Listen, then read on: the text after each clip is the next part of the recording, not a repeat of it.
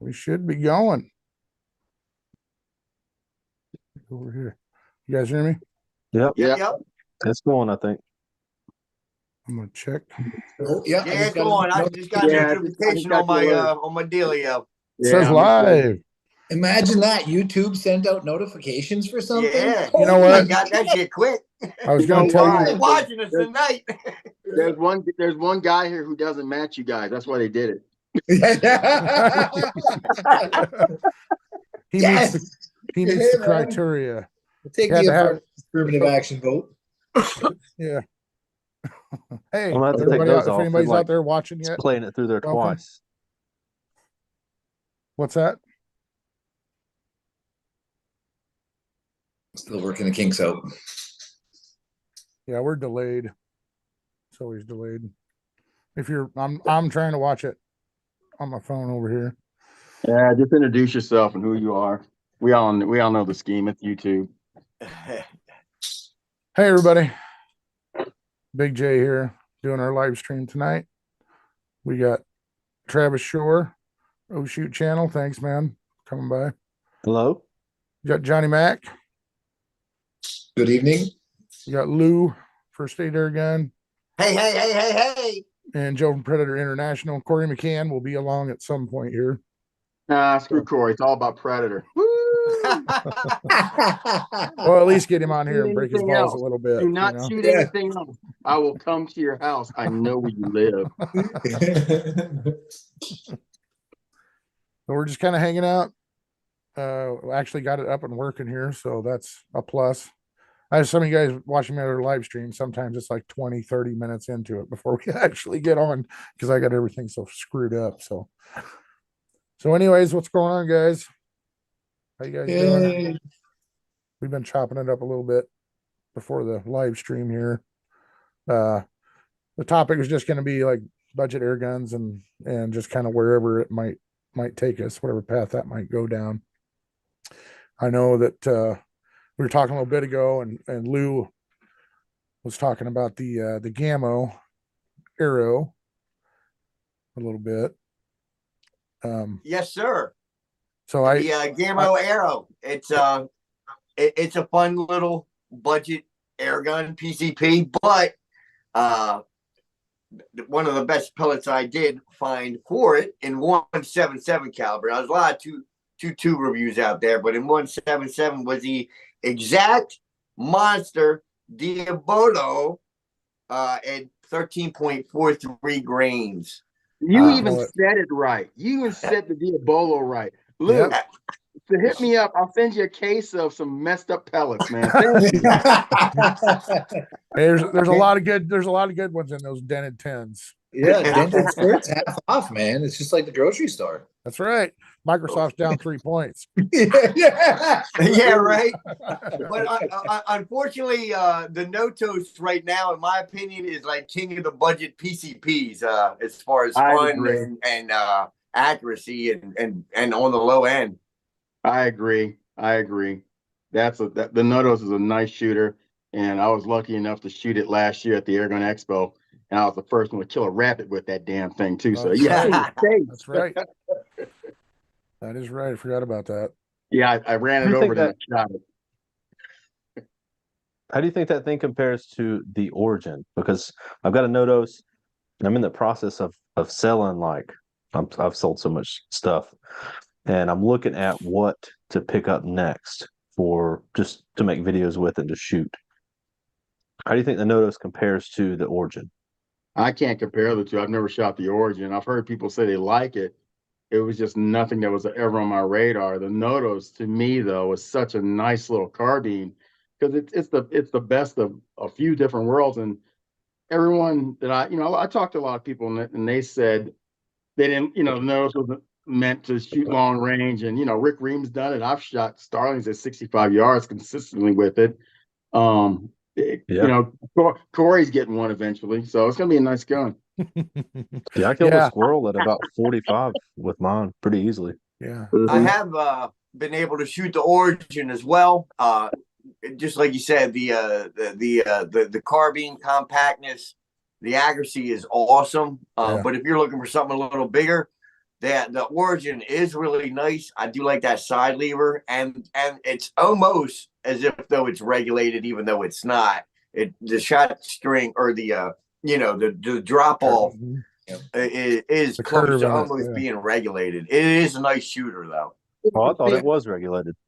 Yeah, it is regulated. It's regulated. And the Notos, it came out the gate with a following already because it's another rifle, another carbine. So it had an aftermarket presence already. So when you got the Notos, you could go look up another, and there were parts for it already. And the guys are making a lot of parts for it.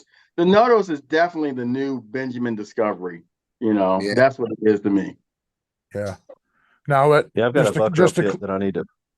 oh, go ahead, Travis. You go ahead, BJ. I was just gonna say, just to clarify, Origin is not regulated. Notos is. Notos is Correct. regulated. Origin has the ever pressure system. or whatever. Correct. So It makes it anyway. almost like it's a Yeah. regulated gun, but It it's works not. really well. Oh, Yeah. okay. I shot one a few months ago, and it was pretty decent. It surprised me at how consistent it was over the course of the shot string. There was still a curve, obviously, but it was a hell of a lot more consistent than any other PCP I've got that's unregulated for sure. Gotcha. Exactly. Yep. Travis. I'm also looking at like a 30 cal to get because I thought my coyote problem here at the house was more under control. And then this deer season, the rut kind of came early and it's weird weather. And they have been getting within 25 yards of my house. And I sold my AR. So I was out there in the backyard with like a single shot 22, like, just popping them off in the woods. So I thought about getting a 30 cal and then trying to get some kind of night vision scope with all this that I'm selling because I sold a ton of camera gear. So Yeah, do. you're not gonna find a budget 30 caliber. what about 25 cal? Now Actually, no, 25 the gauntlet. The gauntlet would be a good rifle to get in 30. for $250, you can get the new Beeman 25 cal bullpup. It's the same thing as the one I have in wood, The but Commodore. they make it in 25 cal. I think it was shooting around 900 some feet per second, and 25 making around 30-ish foot-pounds, 33, 34 The foot new pounds. 30 caliber Aracuda would be a nice one to get. It's Yeah. inexpensive. I think it's going to be under 5.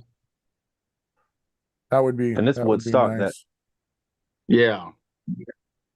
I've got that Crawl Bighorn in 30, and it's I really like it, and they're not terrible. I bought mine from Troy Hammer for $5.5, I think. So they're not terribly priced. Mhm. If I can get there's a website, and I think I've shared it with most of you guys, and where I buy them Snow Peak guns and stuff like that. Yeah. I don't know if you guys had a chance to check out Airgun Detectives, but he did do a review on it's called the Beeman Commodore. That was the 25 cal I was just talking about. If you get a chance to check out his review on that, it's pretty impressive actually. Well, I saw that he had a video on it, but I haven't Yeah, watched it yet. I mean it's $250 and it's 25 cal. Yeah. But yeah, that website, if they ever get them back in, they have a Snow Peak M25. I have one in 22, but they had them in 30 and 35, and they're like $260. Really? But Sorry, technical difficulty. he's getting attacked. So if you haven't found anything yet, Travis, I check pretty regular there, and I think I've sent you the link to that place. If not, I'll send it to you. But that's what I mean. Really, is about a budget 30 cal, or 35 that you're going to get. So, and they're probably like my 22 M25 is shooting 15.89s right out of the box at like 1050, something like that. So they're powerful guns. 6 months. It'll probably be 6 months. I'm wanting to pick up either a 77, try to find one off of eBay, or pick up a 97. Because I shoot that leather seal B3 more than anything else. So I'm like, I need a nice underlever. That's me too. My friend Tim, which you guys probably maybe saw that video I made with the air gun horde and all that Yep. stuff. He's been on my ass about getting a higher end spring gun. And then he keeps telling me you need to get a 97. Get a 97. So TX200. yeah. He's He's got an Air King right now in 22 caliber. If you guys are Right. interested in that, but I actually brought it home, but I took it back because it's a right-handed stock, and I was like, I just can't do it, man. I tried, I just can't do it. But it's Yeah, nice, it's not- man. It's nice. You don't identify as right-handed? Well, I mean, No, I I only don't go one way, Joe. God damn it. What's your hand pronoun? Rosie. They, or them, whatever. I don't know, man. I don't even know what a pronoun is. I tain't much for book learning. But so yeah, then the Notos, I mean, all you guys have nothing but good things to say about it, and I still haven't bought one. You got to do Yeah, it, dude, bro. you need to I get know. one of If those. you do it, get an aftermarket magazine. I did a video on Yeah. shitty Yeah, I saw that. no-dose mags. They suck. I went with, I know Carm makes Carm. an I have aftermarket the Carm. magazine. I That's have the Carm, so overseas. good. But Yeah. Maple Custom Products, man, they make excellent magazines. I'll have to check them out because I have the Carms. Never heard anything bad about Carm or Maple. I've seen a couple of little videos or something about the Maple products. Look, I just wish the Notos, I wish Umarex would do like the other Notos rifles that are out there from a different manufacturer, Remy Rex Spa, and make a 177 in that thing. God, that would be, Yeah, that would be cool. 22 is great, but the 177 would be so awesome to have, just to have an option. Yeah, 177 for life right here. Yeah. Nah, These man. ones, Man. We got to compare small bore collections, man. We're gonna be fighting on that one. That's, I know a lot of people stay away from 177. That's a shame. I like it. I Like squirrel these- hunt more with a 17. yeah. I squirrel hunt with a 177 more than anything else. Yeah, And, it's you know, such a nicer, flatter round, especially in going in the woods. It's such a nicer round to have. yeah. And like these budget break barrels, I kind of got away from spring guns for a while. I got frustrated with one of them.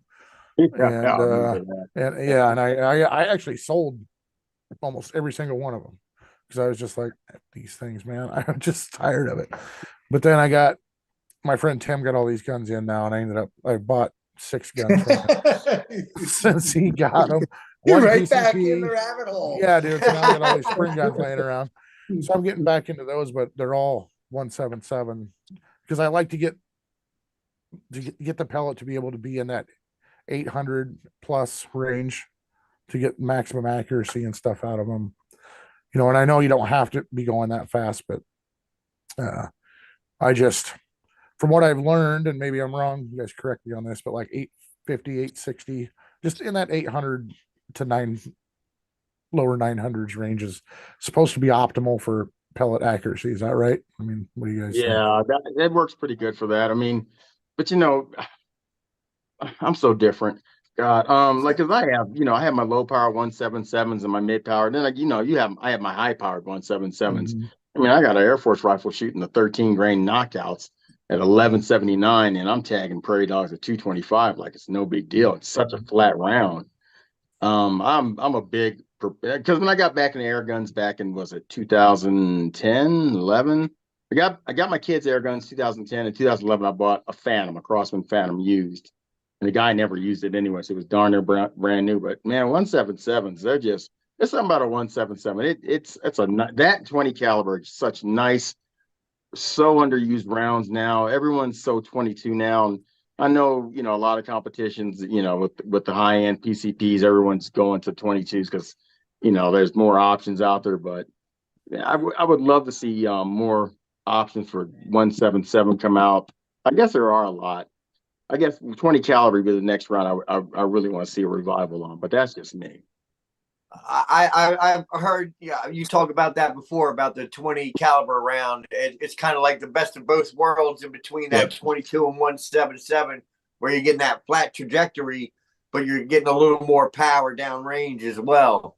Yeah, exactly. I have a 20 cal Air Force gun that I put together recently with the 24-inch barrel. I had the 18-inch barrel that was suppressed, and that did really well. I got the 24-inch, and man, that thing is just 100 yards shooting the JSB 15 grain pellets. Oh god, it's such a nasty round. It hits so freaking hard. And I mean, you know, it's not 25 hard, but for a little pellet zipping that fast, that accurately at 100 plus yards, it's a nasty little round, man. And I'm still doing the whole slug thing, trying to find the right slug for it. But if I can find the right slug for it, man, that'll be my other rotation going. I go prairie dog, and that thing is such a nasty round and rifle combination. You got to get one, Lou. Sorry, I'm just trying to look at the comments, guys. I'm just taking a Oh yeah, I peek. forgot real all quick. about the comments. Well, and I'm just letting people. Is know. anybody even watching? Yeah, I was joking with Joe earlier that it's like, oh my god, what did I do? Everybody would probably watch it. I have on. Yeah. That's all right. I'll drink to that. Yeah, I don't know about the I'm gonna watch best it tomorrow velocity. while I'm driving around work. Oh, Well, not I don't know about the watching, best but listen. velocity because that BSA nitro piston gun that I've been shooting is like 600 feet per second, and it is a tack driver. That out to Meteor? like, yeah, the Meteor. It's a fantastic, fun to shoot. Yeah, so that's where I kind of get like, do you absolutely have to be there, especially when if you're hunting small game with a spring gun, what are you talking? Maybe 40 yards tops, maybe. I mean, Yeah, feeling comfortable. So do you really need to be going that fast? Can you maintain the accuracy within, at 650 or 750 feet per second out to 30 or 40 yards? It's enough. I'll It's get definitely something enough like- power to kill a squirrel or a rabbit. So I'll get Well- something figured out to like 50 yards, and then I'm like, okay, I got it. And I'll get in the woods, and it'll be like a tree, like 2 arms distance away. And I'm like, okay. And then Yes. I'm like, and I shoot right under it. I'm like, oh yeah, that's the Yeah. scope. Yeah, I did Yeah. it again. yeah, So I've been shooting open sights this year a lot. Well, we can test that theory. I know a guy who has 20 acres in Kansas. You guys, we can go down there and shoot and test all this theory. I'm just saying. He has an RV hooked up on his shed. I don't know about that guy, man. If you'll vouch for him, all right, I guess. Yeah. Everyone could go down to his place, and He doesn't happen to play a banjo, does he? Not yet. No banjo? Yeah, if there's no banjo, it's probably safe. It's probably just fine. What if he played on a Bluetooth speaker? Does that count? Volume 11? Yeah, it's worth it. Right.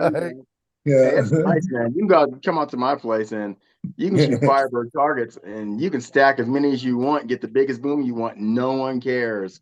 No one cares.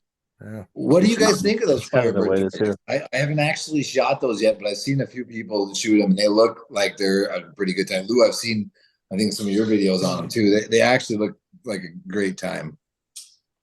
Oh, they're fun. I have to send the video I did on Thanksgiving when I had the two Firebirds on a pumpkin at 70 yards and shot my Condor 172 at them and lit that pumpkin up. I'll have to send you that video, man. It's awesome. Oh yeah. Yeah. Yeah, Hey, it Joe, sounds- Joe, G-Man said he's down. Or he said, okay, I'm in. So G-Man's on. No, we don't talk to G-Man, man. When you have a G-Man in your name, nah, man, that's the government, bro. We don't need that. That's the government. Yeah.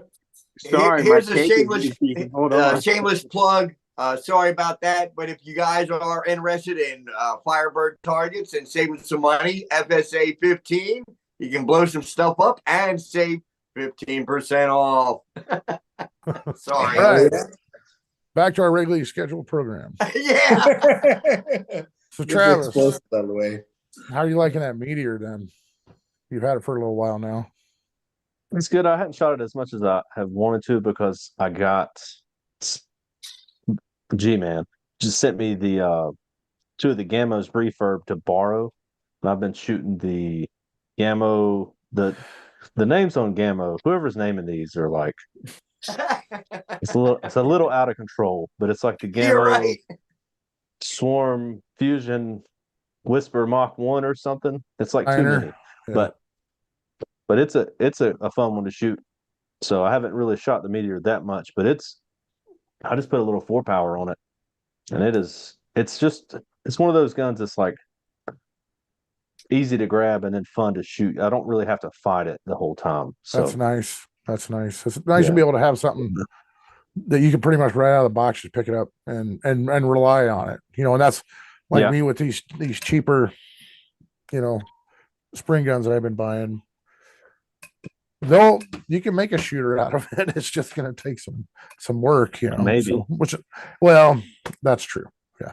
I check the barrels on them now, and if it's not a good barrel, they get returned. That's one of the biggest problems with the cheap air guns. But anyway, I had a Vantage one time that the block, the breech, and where it locked up was so off. If you just barely shut it, it would stay like it just really gently shot it. It would shoot like fantastic. But if you slammed it, it would go up and then back down a little bit. well, And it was Wait, awful. excuse me, Travis. Did you say Vantage? yeah. Yes. Oh my The- God, man. Man, I feel like I'm I poor, feel man. I outdated ain't got now. no- I remember those. Jeez. Well, tell him. You're I haven't talking heard that name in a long You're- time, man. Joe's probably had 3 of them. No, I saw him. That's when I was too broke, man. I couldn't. I'd look at air gun and go, oh man, I wish I could get this Gamo Express. Something stupid. What's that one no, that you still have, Joe? That brake barrel, your first one, the Phantom? Yeah. the Phantom. That's Yeah. what it is, yeah. Yeah, I've had to replace the spring twice on that already. I've shot the crap out of that. I I should love be that gun. I should be getting them piston seals tomorrow. By the way, I'll send you one of them. Yeah, because I got the other Phantom I had that I use as a part gun. I need to get that going again. I like my brick. I don't talk to you guys like I talk to Big J. I think every air gunner should have to go through an evolution like I did or like we did. They have to get a brake barrel first. There's so many guys getting PCPs and they can't shoot. I'm sorry. Get mad at me. I've seen guys get PCPs and I'm like, what are you doing? And they're like, well, I saw this online. Well, you need to stop looking online and do something else. They really need to. They need to. I agree, man. If you're going to get into air gunning, start with a brake barrel. Learn that's going to teach you how to shoot. Oh yeah. Yeah. Absolutely. Oh yeah. And then once you get something that actually shoots, you're like, I'm pretty good at this now. Yeah, exactly. You've been out there like because Well, I've it got does a little good. 17. I've got a 17 HMR, and I was like, let's see what happens at 100. And then I was like, dang, I just did an inch group at 100, and it's because I've been, you have to almost like your muscle memory with a Springer. Fundamental. Yeah, I know. Shooting air guns made a way better powder burner shooter out of me. I've had that conversation. I don't know if any of you guys are. I know I have with Joe, but huge difference in my ability to shoot. So. Doesn't transfer to shotguns though. If anything, I'm worse with shotguns because I'm moving so slow, and I'm like, okay, it's my hand, and then I'm like, okay, the bird's gone. Shit. Yeah, I need to shoot faster. Well, see, there you go. We could do we go down to my property. We can do a brake barrel challenge. Bring your brake barrel, and then we'll do a little contest. I'll pull a scratch in the game. Yeah. I would love to have some brake barrel competition, man. I gotta get better because I've been shooting PCPs for so long now. I'm like soft. You know what I mean? I lost my touch. I know it ain't there no more. Well, you are looking kind of prim and proper right now. You've been probably speaking some weird foreign accent and everything when you're around other PCP guys. Yeah. King of the castle, king of the castle. Oh, what was it earlier, Big J? Oh yes, I shoot with only the good guys. Man. Speaking of Well, good guys, you know, Victoria. here's where it all started for me was like the old 13, 77, 13, 22. This is one I, tricked out a little while ago when the channel first started and pushed about 8 or 9 foot-pounds. But you know what? This is still one of my favorite guns. I got a gravity magazine on there for multi-shot capability, but you got to pump it up. But this is where you get back to basics, man, and have a lot of fun. Yeah. Are you still running a stock valve and piston on that, or did you go to a flat top setup? I'm completely stock. I got 150, about 100, 150 feet per second with the barrel, but that's the only power mod I have. On my channel, God, on my 1322 on my desk right there, above the Notos, I put a flat top setup in there, and I have an old AC Custom flat top piston that's adjustable. I mean, good luck trying to find that. Thing's probably worth more than a gun now. That thing is clean, man. Those adjustable pistons shoot really well. Melon Air, because he still makes parts, he makes a flat top setup. It's Delrin, but he makes a flat top piston setup, and he'll flat top your valve too if you want him to, or you can buy a flat top valve from him. He's inexpensive. He's cheap as hell, and he does polish. He does hammers. He does a lot of stuff. Wow. Yeah. I got to step my game up. Yeah. Go Mellonaire, Mellonaire. And he usually says, 2-week wait time on there. He's pretty good about getting your stuff to you pretty quick, though. I mean, he has a lot of inexpensive parts for, just for the 1300 series. He'll cut barrels for you for pretty cheap, or he'll sell you a cut barrel for pretty cheap. He's got some of the best prices going for a lot of guys who still like these budget, pumpers like that, or budget, still have a Disco or Maximus just so playing with like I do or something, And you know what? That's the trick word, budget, because these guns are what, $70, $80, but you can spend hundreds more than they're worth. It's like tricking out a pinto, you know what I mean? Yeah. Dude, those went up to $100 on Crossman's site. Believe it, they're almost $100. Oh my God. Inflation. Thanks, Joe Biden. It's funny. I bought years ago. Me and my son were coming back from a prairie dog hunt, and we stopped at this Walmart. And I always would stop there and like get things on sale. And a lot of hunting stuff, like a lead sled I got there for like, I don't know, $65. I was like, I'll take that. I went up there and they had all their air guns on sale, and I got 2 1377s, 2100, couple weird wannabe CO2 guns. I paid $65 for everything. Oh, Yeah. wow. Dude, I walked out that store feeling real proud of myself. I'll bet. Looking over your shoulder for the little security guy to come chasing you down. Yeah. You didn't pay for half your shit, son. Sir, did you pay for that, sir?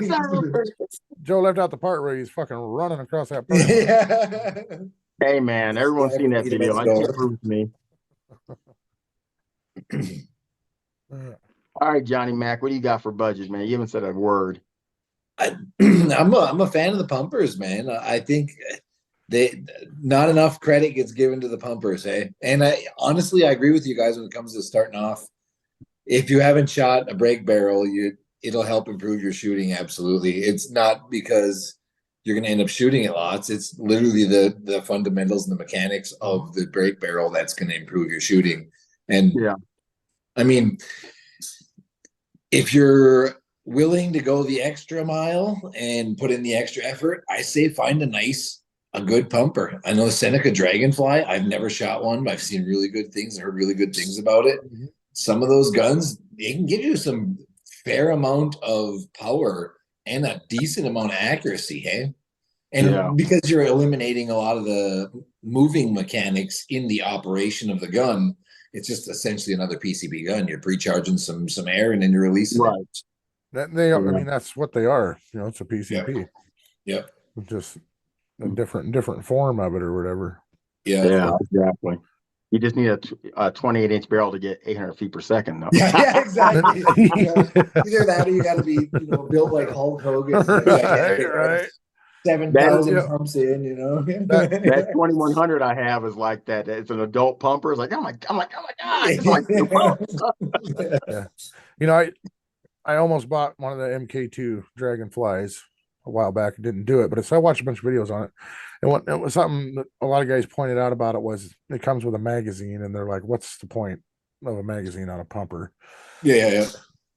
See Oh, these yeah, hands? stop. See these Yeah. hands? Yeah. That's the point of a magazine on a Sausage pumper. fingers. I was like, that's great, man. I don't got to sit there and drop it, and you know, Yeah. I can get a few rounds in. You know, I'm a little guy, and 177 is hard for me. Give me a magazine all day Yeah. long. yeah. That's right. Me and Lou are Whopper Jr. kind of guys. Got little T-Rex hands. The old Crossman. I know me and Big J have talked about this in the past. He's even probably still got one laying on the wall there right behind him. But the Crossman M4 177, hey, it's 10 pump BB gun, Yeah. but it comes with a little 5-shot stripper clip, little magazine Yeah. that you preload 5 shots, and it's only 5 rounds, but it's way better than single feeding. Hey, Yeah. for 5 shots, it's 100 times better than single feeding. And if you're just plinking in the backyard and you got an extra. I mean, I think you could at the time. You might even still be able to pick up extra mags. It's nothing to load them. They sit easy. You can store them in the mag of the gun. I mean, Yeah. honestly, it's a good little plinker right out the gates. Eh? Yeah. Yeah. And there's a guy, JL, maybe it's JL Air Guns. He's out of Missouri. He's got all that stuff. He's got all the mags. He's and they're cheap, dude. Really reasonable. So here's one I There you just ran go. upstairs and got. Yeah. The old MK 177, the old Scar The replica. scar look. Yeah. Wow. shut up. And What do it's you got think? the 5-shot clip there. Yeah. Yeah. This is one of the early gun channel. I still love this thing too. I Yeah. still love it. I don't think you can get that anymore, can you? It's a No. turd. It's a turd. It don't, but I love it. Well, since we're on that, let's go to CO2 guns. You know what CO2 gun? I love QB78s. I have quite a few of those. I got quite a few of everything. Anyway, I have a Crossman 1077 I bought refurbished off of Airgun Depot. God, back in 2013 or something like that. And that's one of the most accurate little rifles I have. With it's got a little magazine, a little clip with a rotary mag in it. And I've taken that thing testing, and that thing just tears up mice, man. Like 20 yards, just popping mice. That thing is fun to shoot. Yep, exactly. Is that the little semi-auto rifle, Crossman rifle or whatever? Okay, so when we were kids, I was probably in middle school. My buddy got one of those, and it was the first CO2 gun I'd really been exposed to, hey?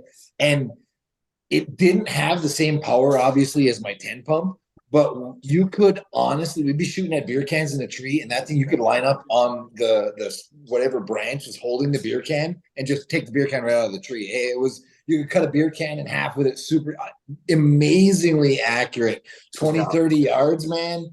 Not the most powerful gun, but god darn lights out the most accurate BB gun I'd ever seen to that stage, Those little straw barrels they have, Crossman and little straw barrels, look like FX liners. I'm not gonna say Yeah. Yep.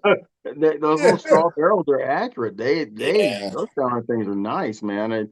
I thought about picking one of those. It's nice because they remade them. They recently remade them, haven't they? They're still out there anyway. They're still available.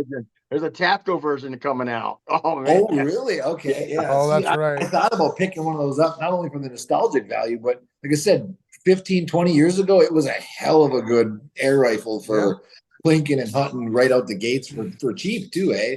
So yeah, I thought about picking another one of those. I think I had was a 8-shot or something, rotary mag or something that you slip in. 12. I think it's 12. I was going to say it was 10 or 12, I thought. Yeah. And if you want power, just let it sit out in the sun for like 20 minutes. Exactly. Let that baby warm up a little bit. That's kind of how I broke my This thing got loud all of a sudden. I got a buck rail silencer. Can I say silencer? LDC? What? I have a buck rail that you helped me get. So yeah, that thing's nice. I was moving my stuff around, some of them the other day, or that's a couple weeks ago, I guess, and I knocked my 1077 over and broke the moderator off the end of it. So I don't know if Terry still even makes them for that thing. Wow, dude, you just don't respect nothing, man. I don't care. I threw it across the room. Because you're going to PCP. You're getting PCPs. You don't care anymore. Yeah. That's right. You're He not a shot it budget when it was guy laying on the anymore. ground too.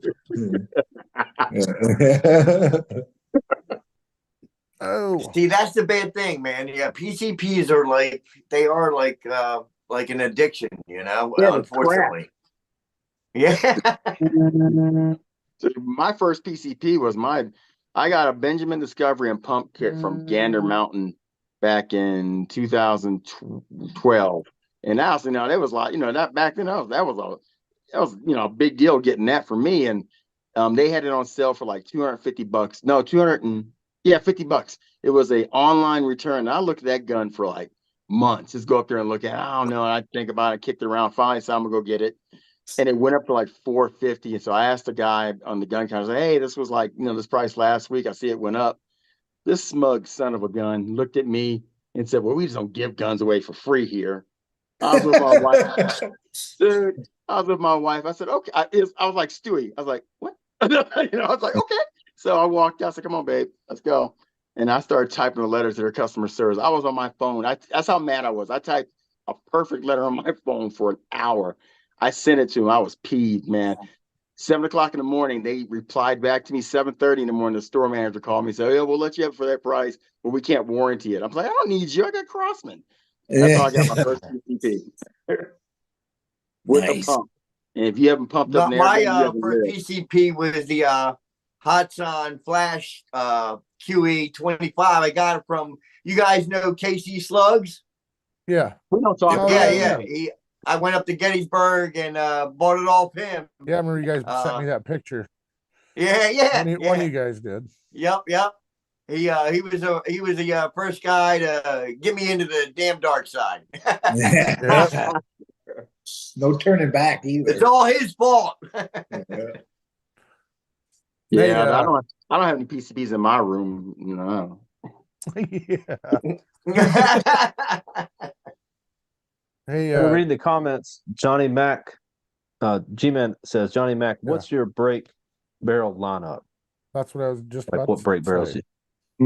Sorry, jumped the gun. Honestly, I was just trying to get it in there the for under you. levers. I'm a fan of the under levers, and I think that if you're going to get a brake barrel, I mean, you can. I've shot a few different good ones. I got a Hotson 125 Sniper. It was a hell of a great gun. I mean, I was very impressed by it, and it sounded like a 22 because it was spitting not just the light pellets, but you could get the 16 grain pellets to break sound barrier, and it sounded like 22. So I mean, you're talking some serious power out of it. But after several thousand rounds, it just needs a new O-ring, and it's losing air coming out the back, and it's not getting the velocity. So it needs a little love, but it was a great gun. I mean, the trigger on it was awful, but goddamn, it would shoot pellets like a son of a bitch. But yeah, I'm a big fan of. I'm a big fan of underlevers, man. I think the underlever is where it's at, not moving your barrel at all. Yep. Hey, and I mean, don't get me wrong, you can get incredible accuracy out of brake barrel guns. It's not like the brake barrel industry is garbage. Okay, there's a lot of really nice brake barrel guns out there, but I think if you're going to spend the money to get a really nice brake barrel, you might as well just spend the money and get a really nice underlever, because it does give you a little bit more. I think you might eke out a little more accuracy. Yeah, the fixed barrel. Yeah, it does. I mean, it helps. And honestly, those guys across the pond, man, they got some nice guns over there. I'm not gonna lie, they make some. They got some real nice stuff guns over there, man. Geez. Yeah, for sure. I've got one of those Gammo CFXs refurbs that I'm going to be shooting next week. I'm pretty excited about it. 22 cal, synthetic stock. I don't think it has open sights on it, but where did you pick that up, Travis? It's a refurb that I'm borrowing. Oh, yeah. Yeah. I got the. I think my buddy Tim has a couple of those. They look really good. Sorry, I was just going to comment. Sorry about that. Tim has a couple of them, and they look nice, man. They look pretty cool. Back to the refrigerator. Yeah. I don't know if I've got that Hotson.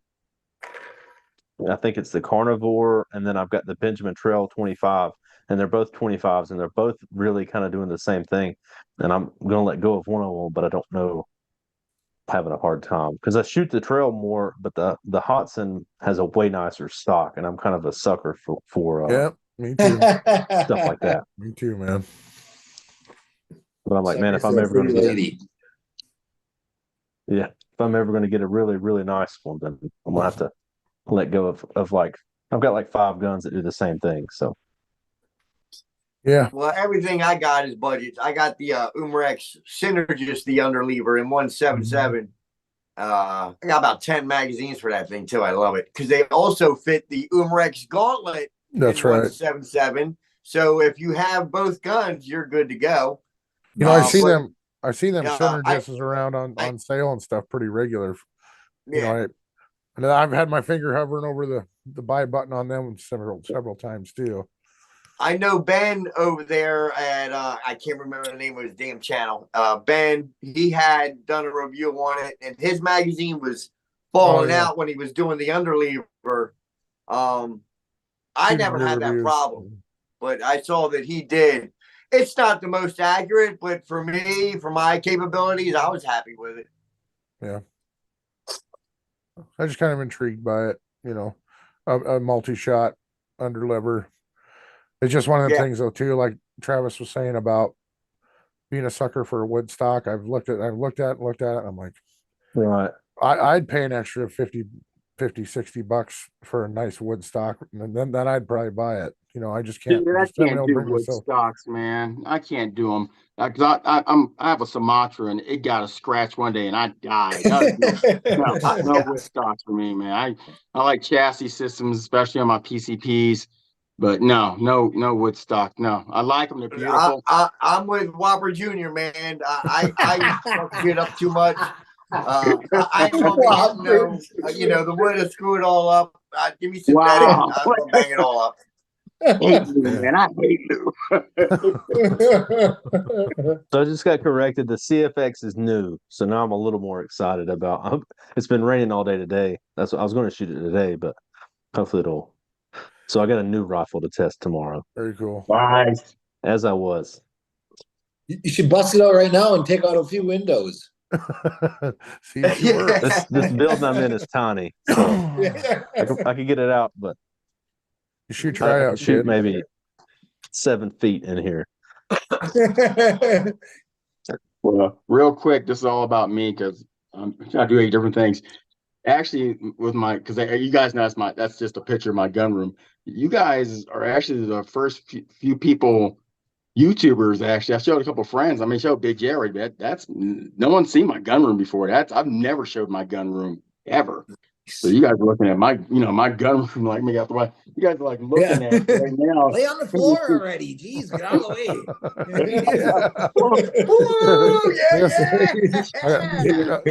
The only thing is, I'm not walking around in my boxes all comfortable for you guys right now. Hey, But no, you guys, I'm showing the world my gun rooms. Now everyone knows the crap I got. And they don't see what's in the closet or the bunch I still have here in Colorado. That's a lot of guns. Your personal Fed is right in there taking down notes. I was just gonna say, I told you the ATM was watching. I got a bunch of pitfall traps for Lou, man. I put a cigarette right there. He dropped right in. Travis, I got to worry about. He's the 100-yard mouth sniper. I know whoever is, man. Whoever snipes my. No, Johnny. Oh, it's Johnny? Oh, hell, man. Nice. Pissed off. I got him wrong. Yeah, I never shot no mice that far. Yeah, you got Johnny over here whacking him at 100 year with a no-dose. You know what I mean? Close. Close. Well, I know it's quiet, not quite man. 100, but it just as well. Yeah, it's got so quiet. I haven't seen anything moving in the last, isn't it? Honestly, 6 weeks it's been since anything's moved around out there. Weird, clear the place out. Yeah. Hey, I ain't got That's any the way mouse Tweety poop birds in are my around my camper, house. so that's a good thing. You know, Johnny, when you write on the whiteboard at the end of videos, the first time I saw you wrote that down and there was cats. And I was like, That's his way shooting of telling cats. us that he Yeah, shoots yeah, cats exactly. without telling us that he shoots I cats. know. I It's was funny laughing. too because my wife's like, you gotta put the cats on there. They gotta see that the cats are killing stuff too. I'm like, babe, it's gonna look a little weird that we're shooting But then- cats. You know, like it's but gonna then look I like figured we're I it got shooting the out. cats. same problem, I'm a Johnny little Mac. slow. I got the same problem. Yeah, yeah. It's like the cats. Just They say you're catch in stuff. Australia. No one to care then. Yeah, yeah. Yeah, that stuff's nuts. Australia. I watched some videos about that. Have you seen the That is camels crazy. they're killing over there? They're culling camels because they're invasive over there. What? Damn. Really? Camels. Camels, yeah, they just walk around the desert. Well, the southern part of Australia, outback, they're just walking Right. around. People are just there's this guy I started watching. He's knocking them down, and they're actually harvesting the meat off of them. So I was like, okay, that's cool. Man, I bet that would be Mick- foul. We're gonna have them McCamels. McCamels. Camel claw. There's a Let me joke get a double here, humping but camel burger. yeah, there's a joke here somewhere about camels, and I'm not sure if it's about their toes. Or, I'm not sure. We'll let that one go. That's where I was. Oh, Yeah, yeah, I know a French lady named Camel Claw. yeah. I bet you're right, Travis. I bet that would be kind of nasty, huh? I don't know, man. I don't know. There's probably a shit ton of meat on them. They're huge. Yeah, and then Well, I don't know. they're Have you ever killed a squirrel like after like at the very last part of the season after they like made it through all winter and they're just like the toughest squirrels ever? Yeah. I think that's how a camel would be because it's like I mean it's barely. I don't know how camels work though, so maybe they're good. I don't know. Yeah. Never had me no juicy camel. It's probably like beef jerky. They're all dried out from the sun. Right. Yeah, they live in the desert, right? It's like, Well, goddamn, this tastes Conan like barbarians of squirrels. Yeah. And feeding when I this saw a camel. guy take that one camel, he took the back straps off of it. It looked like big elk. That's all, like a big elk. That's all it looked like. Probably delicious. Yeah, I'd do it. I'd do it. Yeah. I'm game. I'd do I'd it. try it for sure. You said back straps. I'm there, man. Yeah. Yeah. Back straps or brake barrels. Yeah. But anyway, yeah, I like my 1077 CO2 gun. Yeah, That's we're where about we to get started. together That's right. pretty bad. Yep. Bring it It's a right great back. gun. Honestly, it used to be a great gun. If it's still a great gun, I would recommend it to anybody. It really is a. I know that I got the Legacy 1000 and it's all plastic junk and it's not even worth. I guess I'm probably charging $70-$80 for it now. But I even like that gun, man. It's not that bad. I like it. I wish Yeah. they Don't would. ever take it apart. I'd pay $70 or $80 if they had metal, receivers and parts on it. But the plastic sucks. I remember seeing that your Legacy 1000, some of your real older videos, man, back in the day. Yeah. I gotta do Yeah. some updates, man.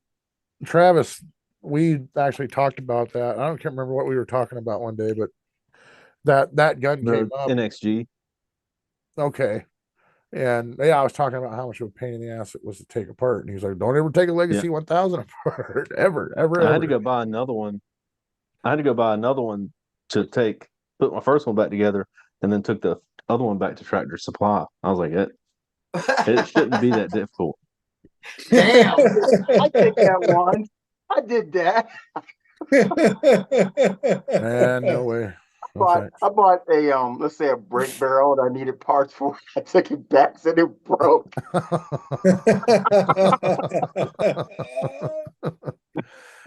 What do you mean Crossman's going to take 6 weeks for a part to get here? And this is not a slight against Beeman, but during the pandemic, my 1357 to 177 caliber underlever took a shit on me, and I sent that up to G-Man, and he fixed it. I told him to keep it, so I bought another one from Airguns of Arizona, and it didn't work out of the box. I called them; they told me to call Beeman. It took me 2 years because of the pandemic to get that thing back. I remember that. But I just gave up on it. I was like, I'm just gonna write it off as a loss. I don't need the headache. And then one day it just showed up in the mail. I was completely surprised. So Beeman's customer service may be slow, but it'll get there eventually. He's sending smoke signals over here like, yo. I've heard that Pigeon's about. just tired as shit from flying his gun back to him. Right. You know how many pigeons died trying to get that? Yeah, we lost 17 pigeons bringing your gun back, and you're going to tell us that it was slow?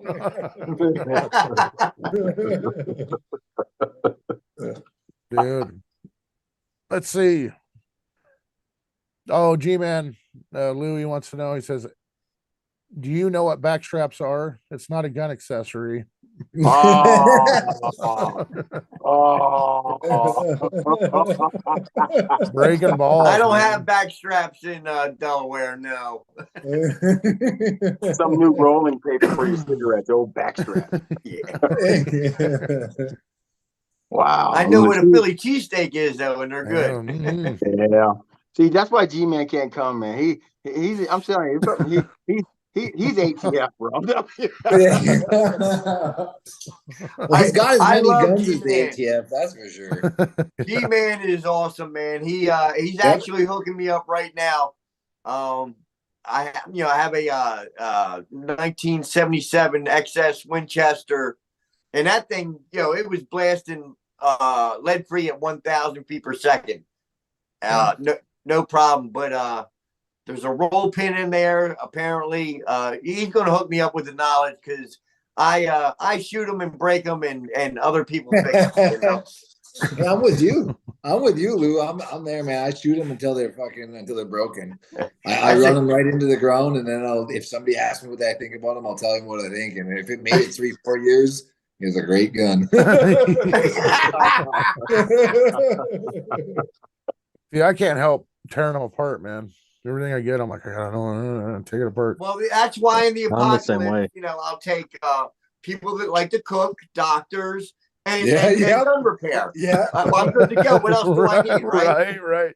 Well, you get You gotta that set tribe. yourself up for success and surround yourself with people that are gonna accentuate your abilities. Right. Yeah, absolutely. I may be a barnacle, but G-Man's a good guy to know. And I tell you what, we met up a few times now. He's made a trip up here to Michigan. We went up and did some shooting, and his guns are some of the most incredible guns I've never felt a bolt the way produce a Beeman Commander, and then he's had a coyote. Oh my God, a coyote whisper that was like a Gamma coyote, I think it was, and it was just, I couldn't believe the work that he had done. And he says it wasn't much, I didn't do much to it. I think he's fluffing it because, man, I ain't never shot a gun like that, let alone an air rifle. So no, he does really good work on his guns. He definitely he's got the knowledge. He takes his stuff apart, he fixes it, he puts it back together. He's a fantastic person to know for sure, and a great fed. Yeah. He's awesome. He's a really good guy. Yeah. Sure. Air gun, it says, anyone shot this XISCO XS 60C? Oh, does this How do you Cisco? say that? Cisco. I know I just saw that. Where'd it go? I have not. I haven't shot any. What is that? A Cisco? Isn't that the CO2 one? Yes, it says great CO2 rifle. Yeah, I've shot it. What do you think? It's shot okay. It's got a good barrel on it. It's Chinese. I mean, Zisico is basically JTS's mother company. So barrels are good. I don't know why I'm late to the program here, but what kind of hat are you guys wearing there? Are you guys wearing the same kind of hat? I just seen Big J turn his head to the side, and he's got a pellet emblem on the side. Hey, he's part of my slave network, bro. What kind of hat you got there? That looks like a pretty damn nice hat. Okay, all right. Everybody, you guys just hit me up tomorrow. I'll get you guys hats out. I might be sending you out a little message. I might not have a new hat to wear. Do you have them in like gigantic head size? Dude, this. Jay took that one. Yeah, they had one just in case. And I showed up. This one actually fit. I've got a ginormous head, Travis. So yeah, it fits. That is a sweet hat. I like that. We don't ASP doesn't make the black ones anymore. They make these now. And I miss the black ones. But Hey, I definitely just want to give a shout out to Denny, the flat broke air gunner there, man. Yeah. What he does for the air gun community is freaking phenomenal. I'm a complete total sham and chump compared to him. So check him out, guys. He's what really Absolutely. it's all about. he's a great guy, man. He keeps on Gentleman and a calling me. Goes, scholar. Joe, I want to be with you. I want to be your buddy, Joe. I think we got Corey trying to get in here. Let's see what happens. Or somebody sent the link to somebody else that I don't even know about. They're about to. Oh, join nice. us, so. It's the feds. The feds are finally here. Yeah. G-Man's coming in. Yeah, G-Man's got the hookup. I'm telling you. Man. Well, I'm gonna show Trying you to put guys the something. youngins to bed here soon. I'm watching. Oh. I'm just gonna show you guys something real quick. Something new that I got that I'm working on. I haven't made any videos with it yet, but Oh my! Ooh. Yeah! this is actually a snow peak. No way. Oh, That was an Air yeah. Force right out Cool. the gates. I would have guessed Air Force right out the gates, man. So Snow Peak M18. It actually has an Air Force 20 caliber barrel, hammer, and hammer weight in it. Gee, why would you do that to that rifle? I don't know. Some guy just thought it would be a good idea. So Yeah, I ain't got no Air Force. I got peer pressure. I got a feeling I know. So the weather's just hasn't been holding for me to get out and really shoot it yet. It's really loud. So I'm working on that too. But I got some parts coming. Terry makes a foregrip and a hand grip for it.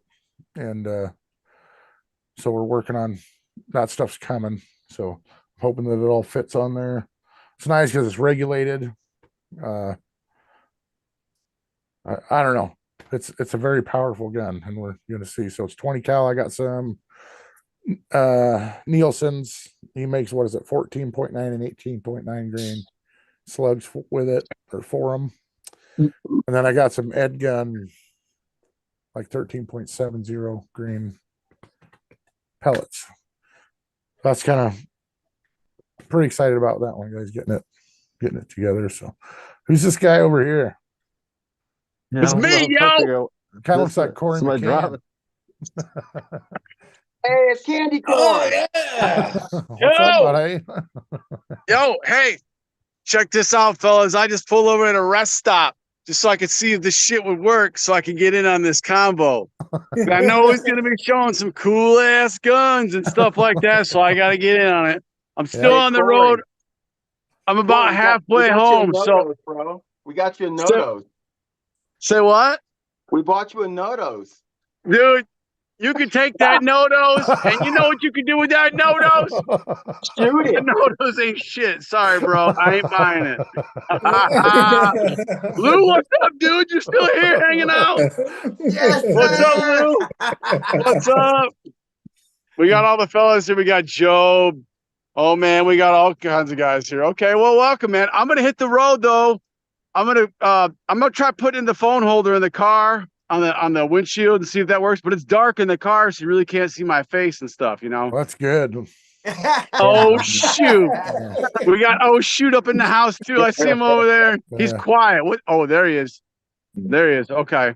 Yeah. So I'm gonna put it in the car. I'm gonna try and listen. You might not see my face so much, maybe except when the light flashes by like a semi truck or something. But I'm down. I'm gonna try and make it All happen. right, But like man. I said, Glad you're here. if you keep this up for about another half hour, I'll be home and then I'll be back in the shop and then I'll take it from there. We probably will be, I think. So Well, I'm here for I know. another half hour, that's for sure. Travis. I'm getting ready to roll up another fatty. Travis. I'll be Thank Hey, you. hey. Thank you, man. Joe, where's my money, Joe? Travis. Where's your money? Where's my money? What else you want to buy? Travis has got to go, guys. Travis, thank you, man. Yeah, I'll see you guys appreciate it. later. I appreciate Later, it. Travis. Travis, man, brother, have Yeah, a good brother. one, man. See y'all. Hope you all have a good week. Yeah, you too, Yep, man. Travis. See y'all. Oh, we're breaking down now, huh? Yeah. Lou? All right. He's the Dark Knight, man, on the road. He's the road warrior. I am. I know, right? You just need a bracelet with some spikes, maybe some stilettos on it. You're good to go. Man, you know what's weird is that like I'm riding around and I don't even have an air gun in the car. What the hell? As long as you're not in Maryland with spikes on your arms, you're okay. Right. I'm gonna try to I get know this that thing in doesn't the make whole. sense. It will later. Is that some biker shit, Lou? Yeah.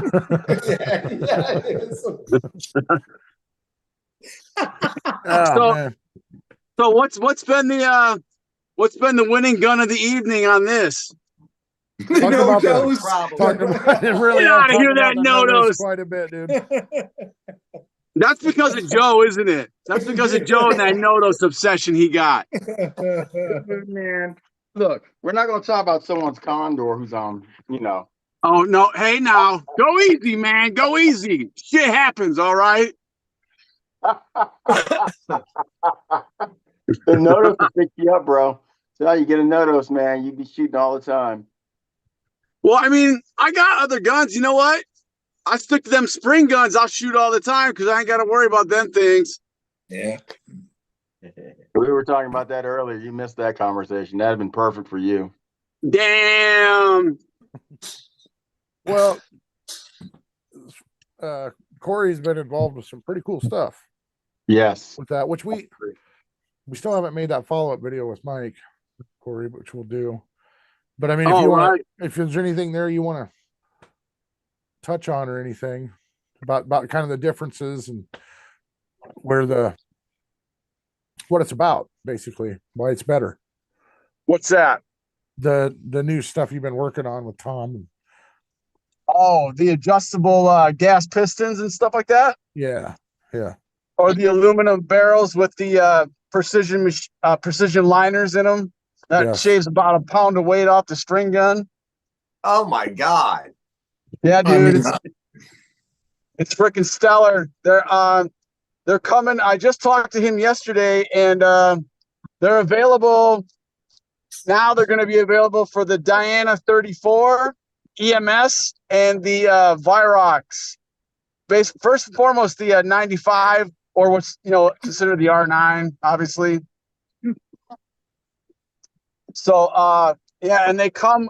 You can get them also. He's got a proprietary thread that's going to be for what he calls the DAC, which is basically like a diverted air cap. Basically, was what DAC stands for, the acronym, and that is basically like a moderator that you thread on the end, which is kind of like a stripper LDC moderator. Because I mean, spring guns aren't that loud anyways, because you're dealing with less pressure and less foot-pounds of energy. Right, you're basically dealing around 20 to sub 20 foot-pounds, depending on where you set the bar inside of the tunable gas or air piston. I mean, it's gas because air is gas, but whatever you want to call it.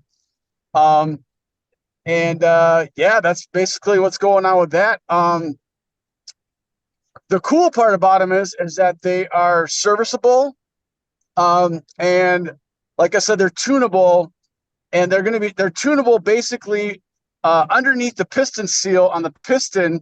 When you peel that piston seal off, that's where the valve is. And then you just basically, he has an adapter that threads in, which is, I think, a BSPP adapter to a male Foster that goes right into the hand pump. So you just take your whip off like a hand pump and you give it a couple pumps, and then you bump up the bar pressure inside of that to bump up your PS or your not PSI, foot-pounds of energy, depending on how powerful you want the gun. You want sub 12 foot-pounds, you can burp it down to sub 12 foot-pounds. Or if you want it to be FAC and to run like, say, in a 22 caliber, say if you want 18 foot-pounds, 16 foot-pounds, you want to push like 20 foot-pounds. Now, the cocking is a big deal, right? Because everyone freaks out about the cocking of a brake barrel. Like, oh, it's the cocking pressure going to be so hard. I mean, and I understand that, if you're like 90 years old and an old man, I get it, right? Or if you're going to try and do a whole sesh at the bench and bust off like half a tin of pellets, sure. I mean, you could get, but we found out that when you shorten the length of a barrel on a spring gun, that it actually changes the cocking ergonomics of the spring gun. And we realized in the shop when we were going through cocking, and because a lot of these seals and a lot of the internal we'll call them like wipers. They're kind of like seals, but they also wipe along that chromoly rod that's in the center of the gas piston or the air piston or whatever you want to call it. Like that also smooths the cocking. So cocking force can also be, there's a little bit of cocking force that can be contributed because of just drag within the actual gas piston itself. So Tom Gore from Vortec has extensively exhausted himself internationally trying to find the best source for best quality seals with lubricity impregnated within them to provide the smoothest cocking you could ever imagine, only so that he can contribute to the overall cocking experience so that it would be. What's that, Lou? Is that Lou hollering? Sorry, I was yelling at my dog. Oh, you're yelling at the dog. Corey, gigantic Hey, Corey. mug of beer. What's up? Hey, Corey, do you have a dictionary you're reading from? Because you got these big words you don't normally use, man. I'm just No, man, I am straight up a technician. You know what I'm saying? I'm a technician by trade. It's me and my blood. I was a Harley Davidson technician for a very long time. I went to school for that. And now I'm a surgical technician. So I'm a big, super nerdy technician. Hey, why don't you He really is, man. man. Sorry. Are Sorry you about familiar with that. like quantum physics and string theory and all that? Yeah, when I got some free time, yeah. My kid's translating on Google upstairs for me. I'm trying to figure this out. What's that, Google man? translate that shit. Yeah. Well, just So- say That sounds So pretty big- interesting, though, to be able to have something adjustable. I mean, that's a huge deal, in my opinion. It is a very huge deal, only because, and the thing is too that we realized, well, like Tom realized, and then I realized once he explained it to me, and then I experienced it actually myself. So that's why I say we realized. You know, I mean, he gets all the credit because he's the designer, engineer, manufacturer of all this stuff. Basically, I'm just the dude that's like the technician that can say, "Hey, yep, this is totally verified. Like I beat the shit out of this stuff in the field. You know, I cock it 100 million times.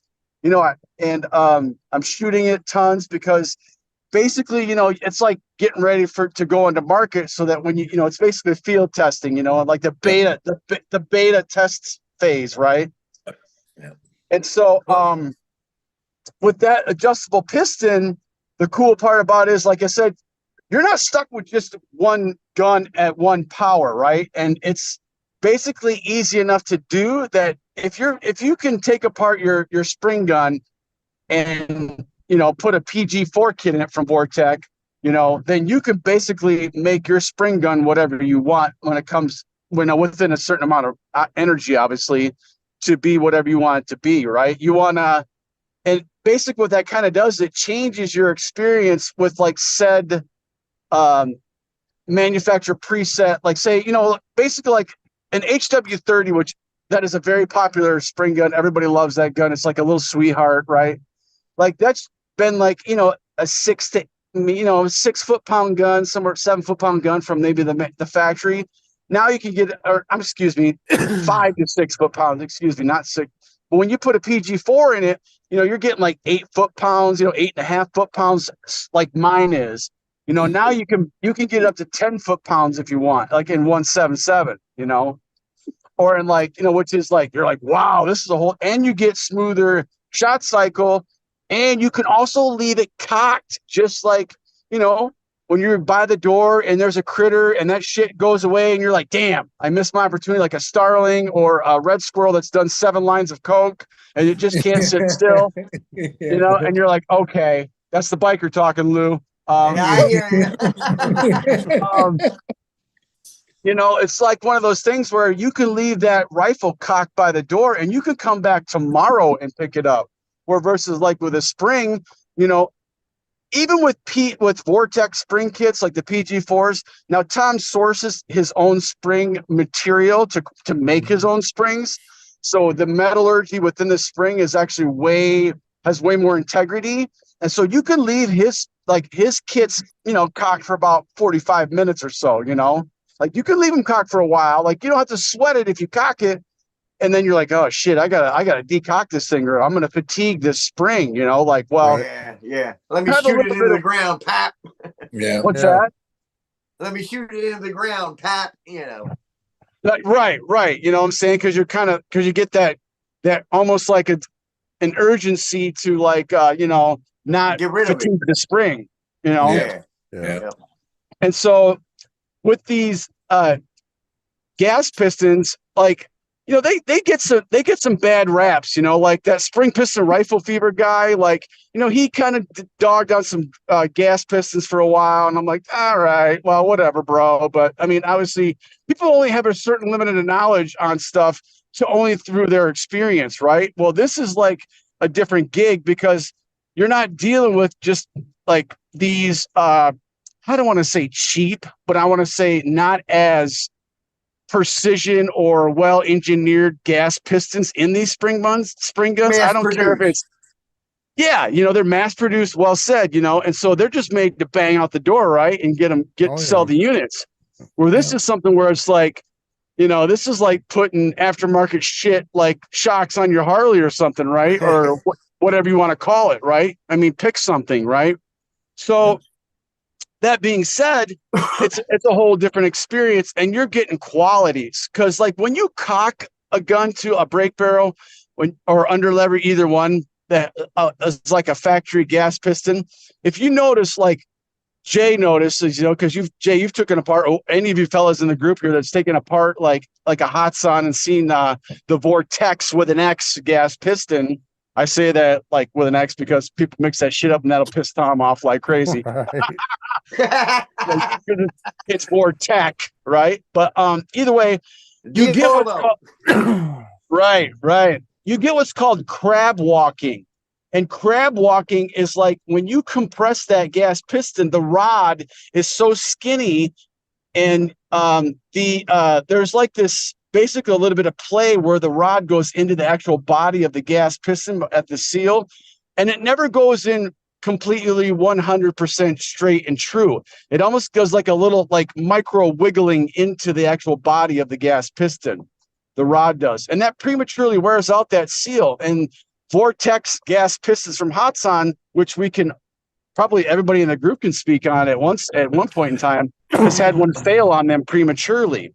And a lot of them will end up just seeping out that seal that is where the rod goes into the actual body because, and that crab walking is a contributor to the premature failure of that unit. Yeah. So it's like things like this that have been worked out. And Tom Tom's been working on these gas pistons for almost 30 years. Wow. Holy Yeah. Yeah, which That's a blew lot of my knowledge. mind when he told me that. That blew my mind, right? I was like, man, this guy is really passionate about this shit. Like, Yeah, it's really wow. cool. Really cool that Corey could be a part of that. Oh yeah.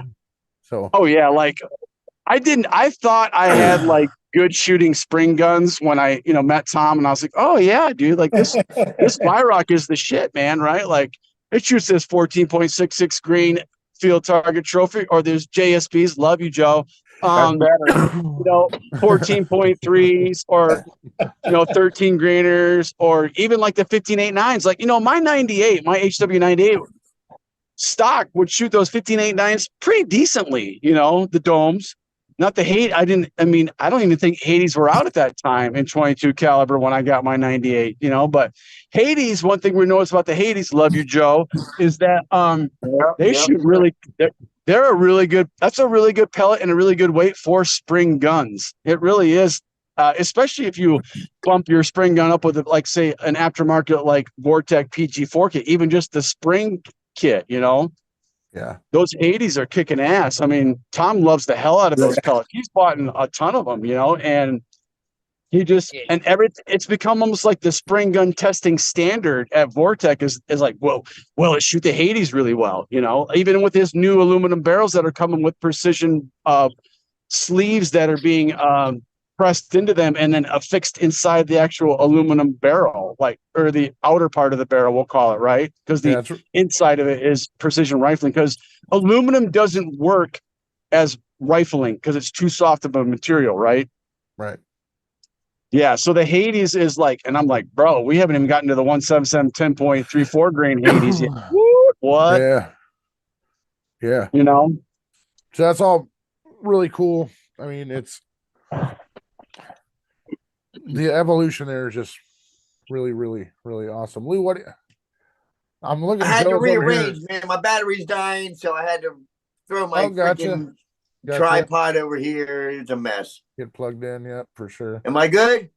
Yeah, Yeah, you're good. yeah, I can hear yeah. you, Lou. For All sure. right. Can you see me? I don't know what Joe's eating over here. Shut up. Yeah, man. you're It's dinner foggy, time. bro. Don't Is that worry about like green fog or brown fog? it. Yeah, Ah. exactly. It's my terrible everything I got. Oh, gotcha. Gotcha. Yeah, it's just Yeah. terrible. Yeah, Jay, I'm There's, eating in my room, Jay. I think it's my lens. This camera has been through hell and back with. It's filmed like all my air gun videos. There's been ricochets. It's all banged up. I'm poor. What are you going to do? Is that from those annual mother chapter parties, Lou? What are you talking about? My TG boys? Yeah. It's been a while, but yeah, probably. Okay, fair enough. I got you then, dude. No, but Joe- basically, back to the spring gun real quick, because I could gun flap about this shit all night. But I mean, and I love PCPs too, don't get me wrong. But the reason I kind of like jumped on this like thing with Vortec is that Tom is actually like 25 minutes from my house, right? So that's kind of cool. It made it really simple because I went and sought him out because my 98 spring took a shit a couple years back and it broke in both the front and in the rear. It fractured right, like 3 coils fractured right off, right? And I was super bummed and I know what the hell was going on. Like it would drop like 100 feet per second, like, and I'm like, what? Like, and totally missed shit. And like, and I went over the crony. I ran over the crony. I'm like, something ain't right. And it wasn't like really crunchy because sometimes it would kind of fall into place and it would cock all right. But I didn't really know as much as I know now about them. This is like years ago, like probably 3 to 4 years ago. And so I've learned obviously quite a bit more through tearing shit apart and as we all do, right? And then also by hanging out with Tom and being in the shop with him. But I jumped on the spring gun thing because like I have like 13 air guns total, maybe. It's not a whole lot compared to like say Joe or Jay or some of you fellows maybe in this. But I don't know what you're talking about. right. No one's fessing up to their addictions. Quiet in the group. It's not an addiction if I admit to it. I mean, it's not an addiction. So, I mean, bro.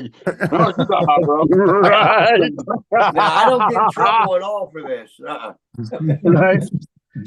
But basically what I realized is I was like, there's so many guys doing PCP stuff, right? Like, that's okay. And so I was like, well, it's kind of like the PCP side's a little bit it's got a lot going on. So what can I contribute? Like really, I can contribute some things like my angles and my experiences, which I probably still will do, but basically this spring guns, and I'm like, there's such a gap in like 2020, 2023, modern times that we're in, where the engineering and like the machining and like all this stuff is just like massively advancing, as we all know, right? Because of the guns that are coming out.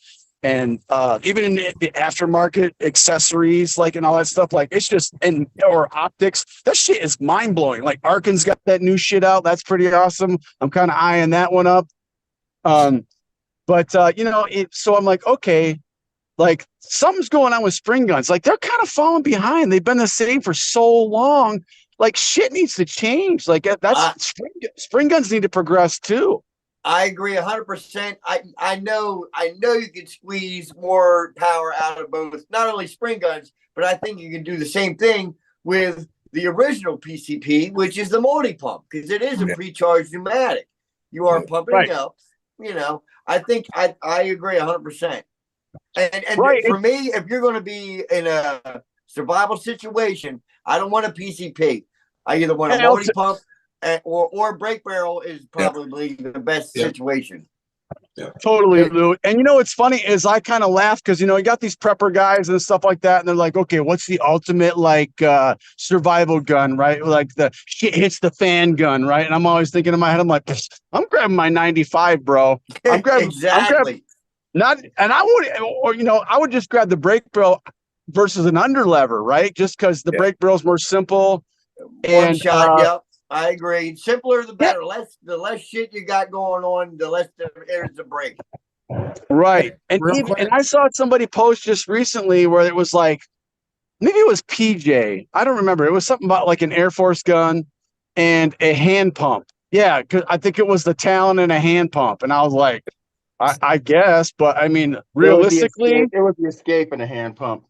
oh, escaping it. Thank you, brother. Escaping a hand pump. Air Force touts that as the prepper's gun because it puts out so much energy. Right. Okay. And the small bottle and everything. And the Escape's a good one. It really is. But since they changed the valving around, the Condor is like king in their utility line again. Hey, hold on real quick. G wanted me to tell Lou to maybe tilt your camera down a little bit. Maybe there's like glare. It's the lens, man. It's all Gotcha. messed up, dude. Okay. We tried G. Okay. I tried. I need new everything, man. You hear that, G-Man? it's a Send long him a new story. camera. Now, iPhone is what I need. I'm an iPhone guy, but the one I got, it's all cracked and the lens is busted. It's the other side of the camera works okay. It's just the side that I got working tonight is shot up. Yeah. Yep. It just reminds me right. of some of my old parties back in the day, a little hazy around the edges. Right. Yeah. Can't quite see straight. Yeah. Just reminded me of the I old trust days. me. You don't want me in high definition anyhow. I look better hazy.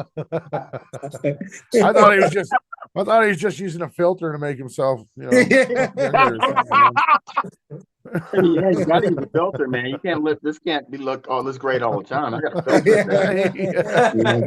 You can see what I look like when I'm really good looking. Oh my God.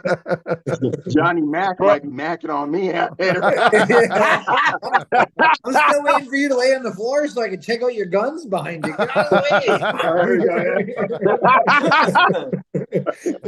Hey, man, I seen Joe in real life down at Pyramid Haircut, man, and I was like, man, he shames my ass. He's too good looking. I can't be hanging around him. I had to bust out. And I'm like Corey, and I'm knee high to his belly button. I'm like, God, Jesus, boy, I'm not the tallest. I'm not the shortest guy in the world, but God, Lee, man, I was like, everyone I know is taller than me. I'm like, if you're not, I mean, I'm 5'8" and a clean 5'8", and that's it. I mean, God said, "Yep, Joe, you're gonna hit 7th grade, and you're gonna stop right now." I said, "Oh,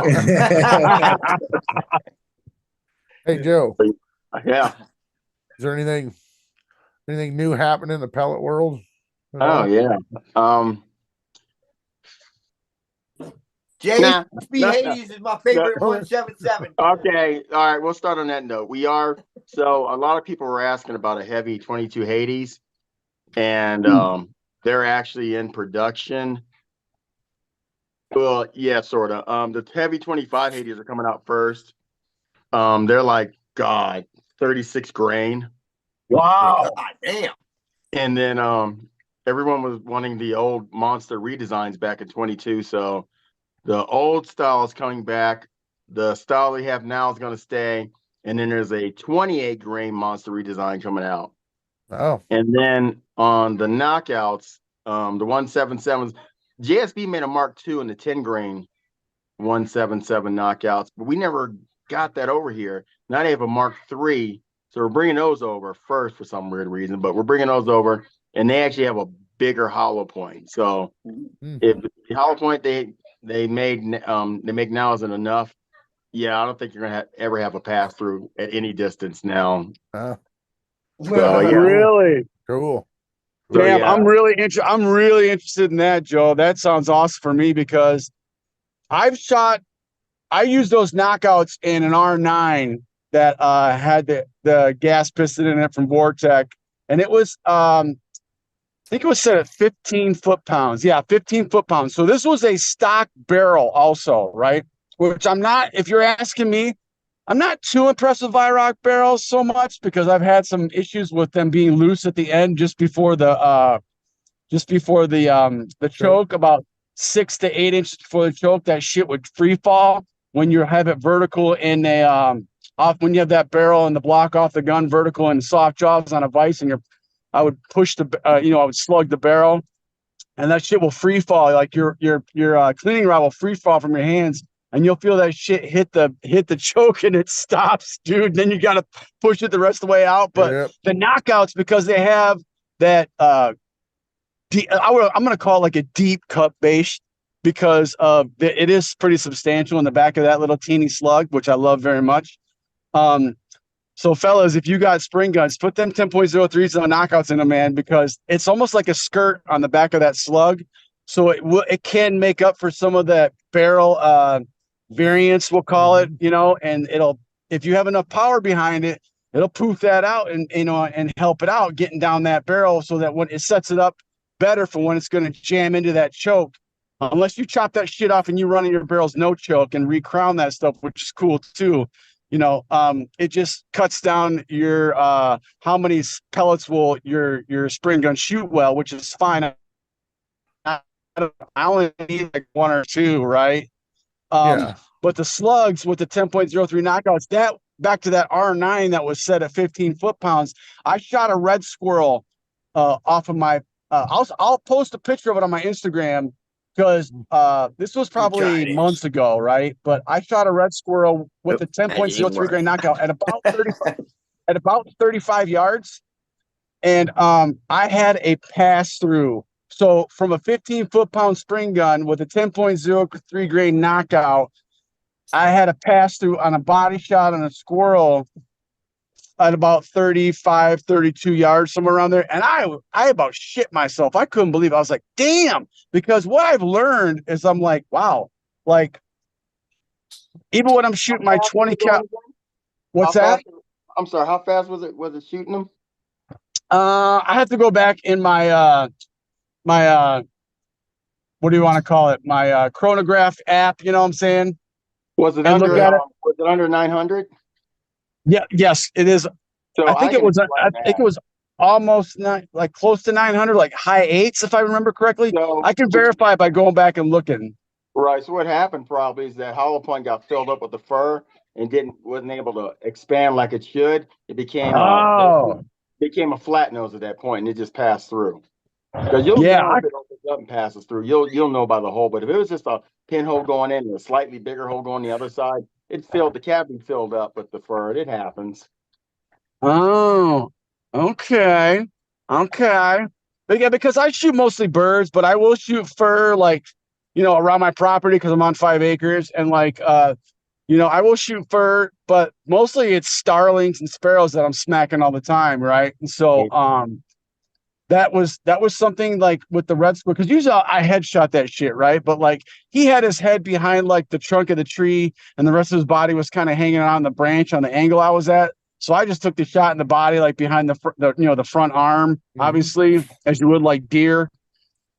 And I'm going for the heart lung shot, whatever you want to call it. And it's interesting because I mean, still the fact that a 15 foot-pound 177 had a pass through, with a hollow point slug, basically. I mean, they're almost all hollow points except for who is it that's making that solid 20 cal one is it ballistic?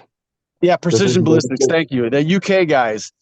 But like it still was astounding to me. I was like, damn, like even at 15 foot-pounds at 30 plus yards out of a spring gun, I'm like, okay.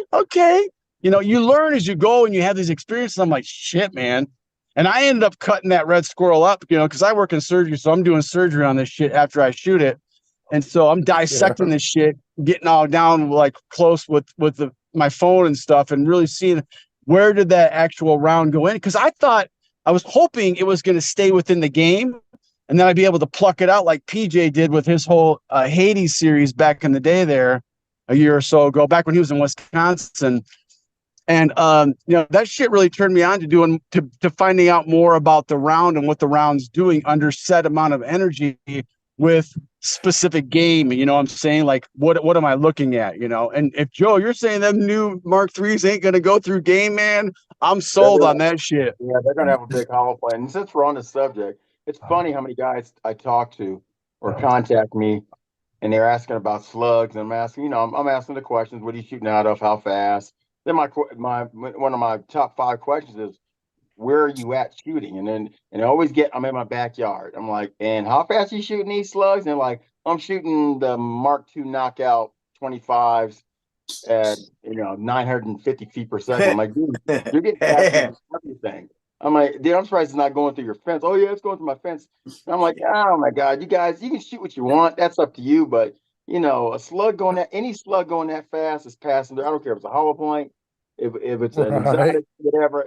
Even Hades are going through something like that. And these guys, man, they just, I said, you shoot what you want to shoot, but sometimes these guys, you might want to think about shooting maybe Hades or polymags in your backyard if you're hunting in your backyard, or pesting at this point, just because, they don't think about their backstops, their neighbors. The slug isn't, I mean, if you're shooting in your backyard, I mean, you don't need the slug. To me, the whole point of the slug is to be able to reach out there further.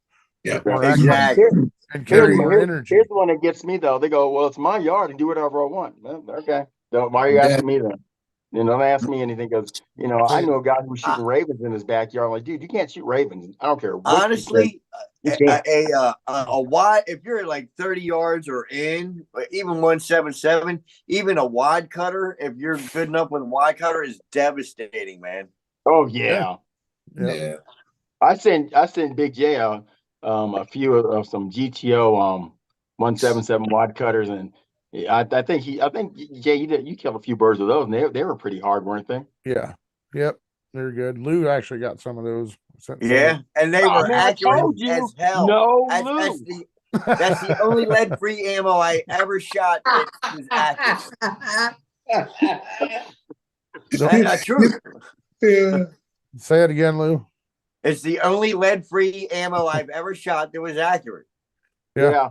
And I'm not a good shot. The GTOs are nuts, dude. I don't think I've ever shot. I've got them in 177 in the dome and the wad cutter, 22s and 25s. I haven't met a gun yet that doesn't like that pellet. I don't know what. The boys over there in England are looking at a possible lead ban. So, that's their only option at this point if you're going to have anything good. Europe's been looking at a lead ban for years, and if it goes through, it's not going to kill the airgun ammunition market. It's going to make it more expensive. I mean, go to Pyramid Air and see how much a tin of GTOs cost in 22. You'll call me going, hey, what's your problem, Joe? I'm like, hey, we don't do MAP pricing. They do their own pricing. They make their own pricing. But lead free is expensive. I mean, it's not cheap now. Tin is expensive, and it's it's a great metal to use. But I don't know too many people who are going to want to pay $30 for a tin of pellets. No. Right. Well, Right. on a hunting aspect, hey, if you're only firing a few shots here and there, and you're just trying to kill things, is one thing. But if you're all you're doing is plinking, the last thing you want to be doing is throwing nickels to dimes on the ground every time you shoot the ground. Yeah. I mean, it doesn't make any sense. Yeah. Well, I mean, nickels and dimes are better than dollars, right? Yeah. Well, that's the reason I got into air gunning, is because Absolutely. everything else got so expensive. It was the only thing you could still shoot like all day and not blow $400. You can Exactly. you can still throw $30 on the ground, but if you got 15, 12 hours of shooting for $30, are you kidding me? That's totally worth it. I have guys going, they'll buy the most expensive air gun and they complain about the price of pellets. That was even before, that was 2 years ago. And I'm like, you just bought this said rifle. You bought a Day State Impact, okay? Yeah. But I just bought a twin turbo Corvette, but I don't want to pay for gas. Right.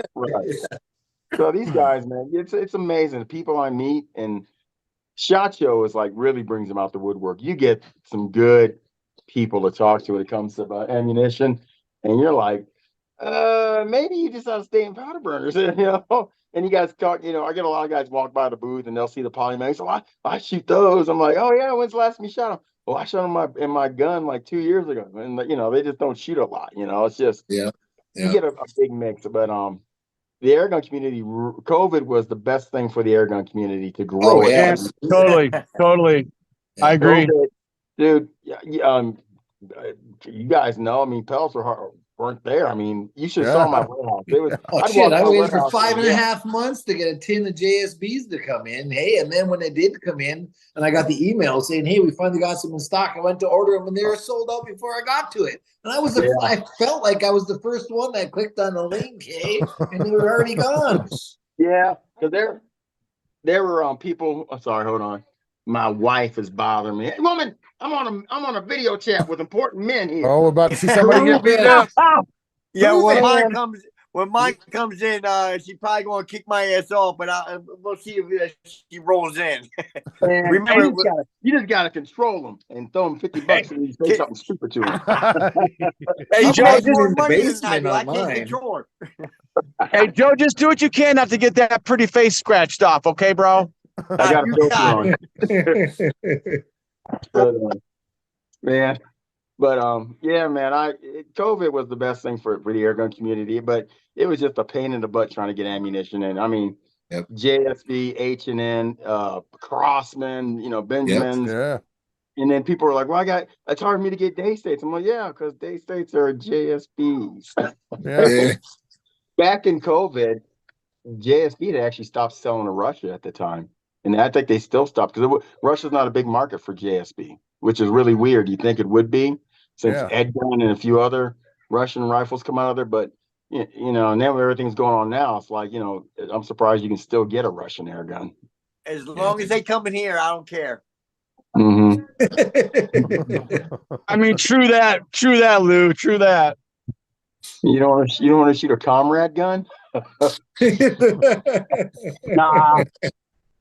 You know, for the GTOs, back to that again real quick. GTOs and the spring guns are really awesome too. Tom and I have really enjoyed the GTOs because, you know, with lead free out of a spring gun, because you have like a fixed power, unless you have an adjustable piston and you go in and you adjust it.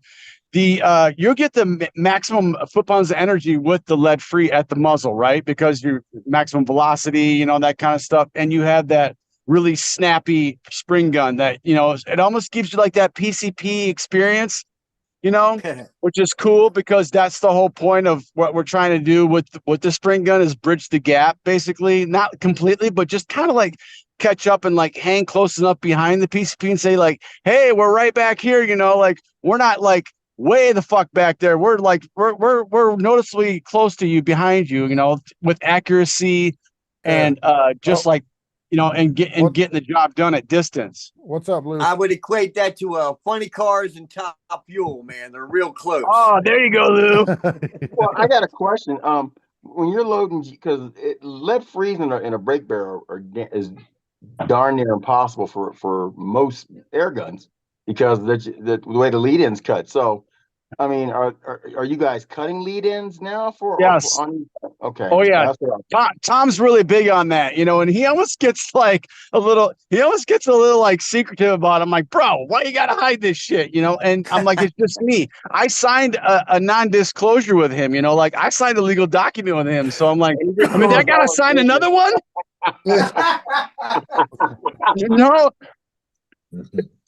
But he just, from that. Well said, Joe, by the way, on that. Yes, he does, to answer that question.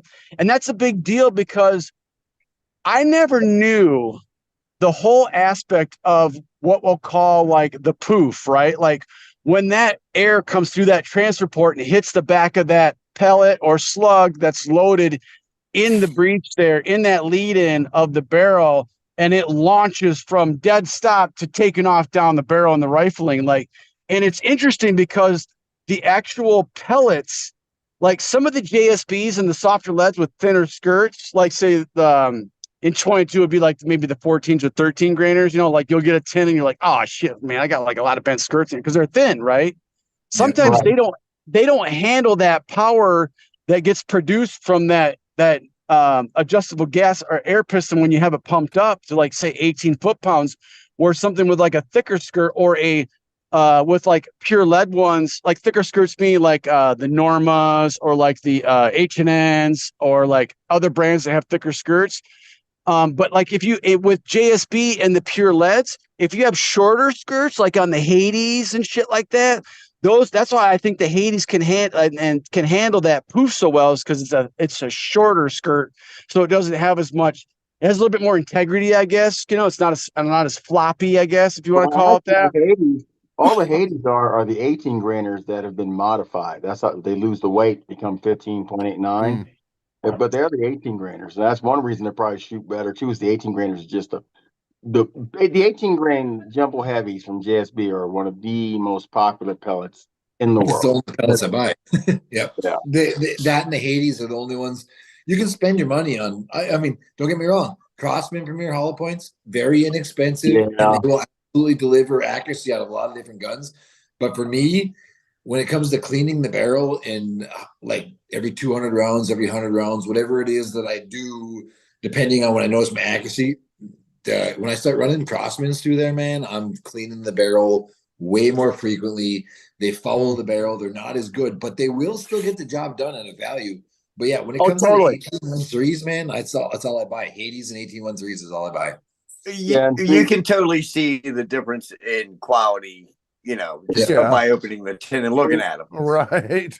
And we still deal with people because they are thin skirts, and they'll complain because I got a whole tin of half the tin was dented, or the variations were off, and I tell them JSB allows a 2.5% variance in head size and weight size, and that's actually a big variance. I mean, with everything that's happened, it's like COVID kind of knocked them for a loop too. It's like they're actually doing new processes now that are going to improve upon a lot of things. But we get guys who complain about the pellets, especially when they get them from Amazon or eBay. I'm like, don't. Yeah. No, Yeah. do the same thing. Okay, if you don't think it makes a difference, buy a box of crackers from Amazon or eBay or something like that and have them sent to your house. I guarantee you 99% of those crackers are busted. That's the same thing. They only got to be dropped 1 time, 2 times, and then they'll get a flat spot on the pellets because that's where they impacted when they came down. Yeah. And they don't pack them in anything but their bubble mailers. So that's which is insane to me. I just I don't know if you guys, I deal with a buddy of mine, Andy Gray, who paints the pellets, and he does a lot more than that. And the pellets, the paint that he uses, like he's not only precise and keeps it from coming off in your barrel or on your probe. If you got a hollow point, I like the fact even though I buy a hollow point from him and he fills in that hollow point with a putty, it makes a difference. And he always shaves the seams, and he has this little tool that he makes sure that skirt is like the exact same size every time. I buy cheap pellets off of him, right? And but they're upgraded. It's just like buying whatever, something, and just upgrading. He's been talking to Crossman and stuff like that. I don't know if he's ever going to do anything about it, but I do like, and people say, well, why do you pay extra money to have these pellets? For one, it makes it easy for me to load because I can see which end is the even if pellet manufacturers made a colored end in the end, it makes it easier to see because especially 177. I'm older now, right? So you know what I mean. Too, But he's a cool dude too, man. He tunes everything. People send him slugs, pellets, everything under the sun, and nothing but good results. To be honest with you, I got to see him for the first time this summer. I've seen some of his videos and seen some of his products floating around on different videos, and thought it was pretty decent. But G-Man stopped up and he had some Andy Gray pellets with him, and I was blown away because it was the same Crossman Premier Hollow Points that you would buy off the shelf, but they were absolutely trimmed down, cleaned up, and he only sent ones with unvented skirts. Hey, it wasn't like 50%. They were 100%, man. absolute precise, beautiful. And he He's did a an great job. unsung hero in the air gun community. Oh, absolutely. It's a small niche and it's a very small portion of the air gunning community, but it really does what he says he's going to deliver when you buy his product is what you get, what he does deliver. Yeah. You can see him, you can see him just like a tracer. They're good and accurate. They're not coming in half crappy and half painted. He does a meticulous job on them. I'll give him credit for that.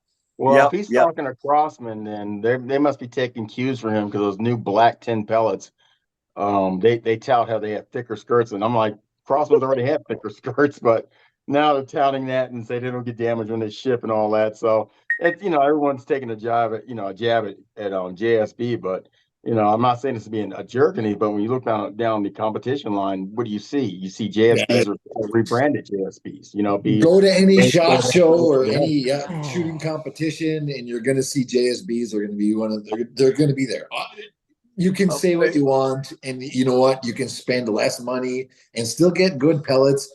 But in my opinion, if you're trying to go for the ethical kills and the accurate shots, and you want this pellet to hit where you're aiming, JSB is a tough fucking competitor to beat. They really are. I'm not a great shot. I'm not the best shot in the world, but the best shots I've ever shot, the farthest I've ever shot was 50 yards so far. But the best shots I ever had were with JSB. So there you go. And that's to me that it ties it right in with just like your whatever gun you're using to take game with. I got a lot of guns that I like that I'll target shoot with, whatever, but I won't hunt with them because I don't feel like I can rely on that gun. You know what I mean? And the same thing with the ammunition. You know what I mean? It's like I got to be able to be confident. So the only other factor is me pulling it off at that point.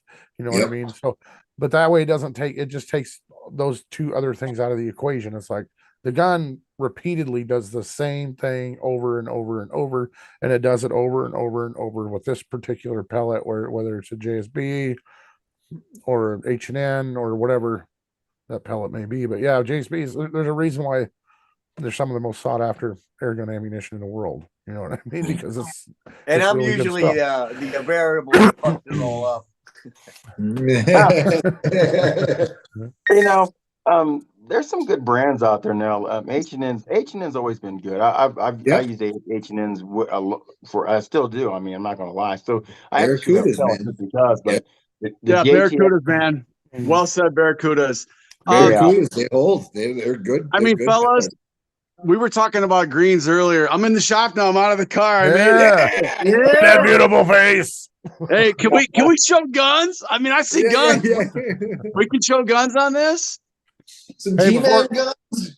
Oh. Check out this 97. Wow. And this is my 20 cal 97 shooting JSB 13.73 grains at 90 yards at 13 foot-pounds blown through a full PBR can. Nice. Yeah, straight up, man. Yeah. Even a beer can at 90 yards is dude. It's cool. It's cool. But with H&N, I like the Barracuda. The Barracuda is a hard pellet to deny, man, because that thing, it's that. I think the big contributor with that Barracuda is the double ogive on the front of that pellet. And, like you gotta look at something like, when they make a pellet that's got like 3 or 4 different head sizes, and now they make it in like a green. Those Barracuda greens, those are nasty, man. I shot those out of these this EMS 34, from Diana. Okay, the one that got the bad rap that Vortex making kick ass now. We're kind of catching, or Tom is and I am, with the help of the ideas, like maybe we should get after this, because this thing is the shit, man. And the 34 is a 28 millimeter bore, right? And so it's a nasty gun. It's got some power, but with those greens out of here, we're shooting 75 yards with them Barracuda greens and getting respectable accuracy, and so they're a decent pellet, and FT, the Barracuda FT, which is 9 point, what is it, 6.5 or 5.7, something like that. Anyways, that weight, that 9 grain weight is kind of a sweet spot. It's kind of a sweet spot. Like it's also with those Norma 9.1s and 177. And then I'm speaking of 177 caliber, by the way. And then I tried them Normas, man. I have not had success with them yet. What? Yeah, Really like it's them. probably me, but not yet.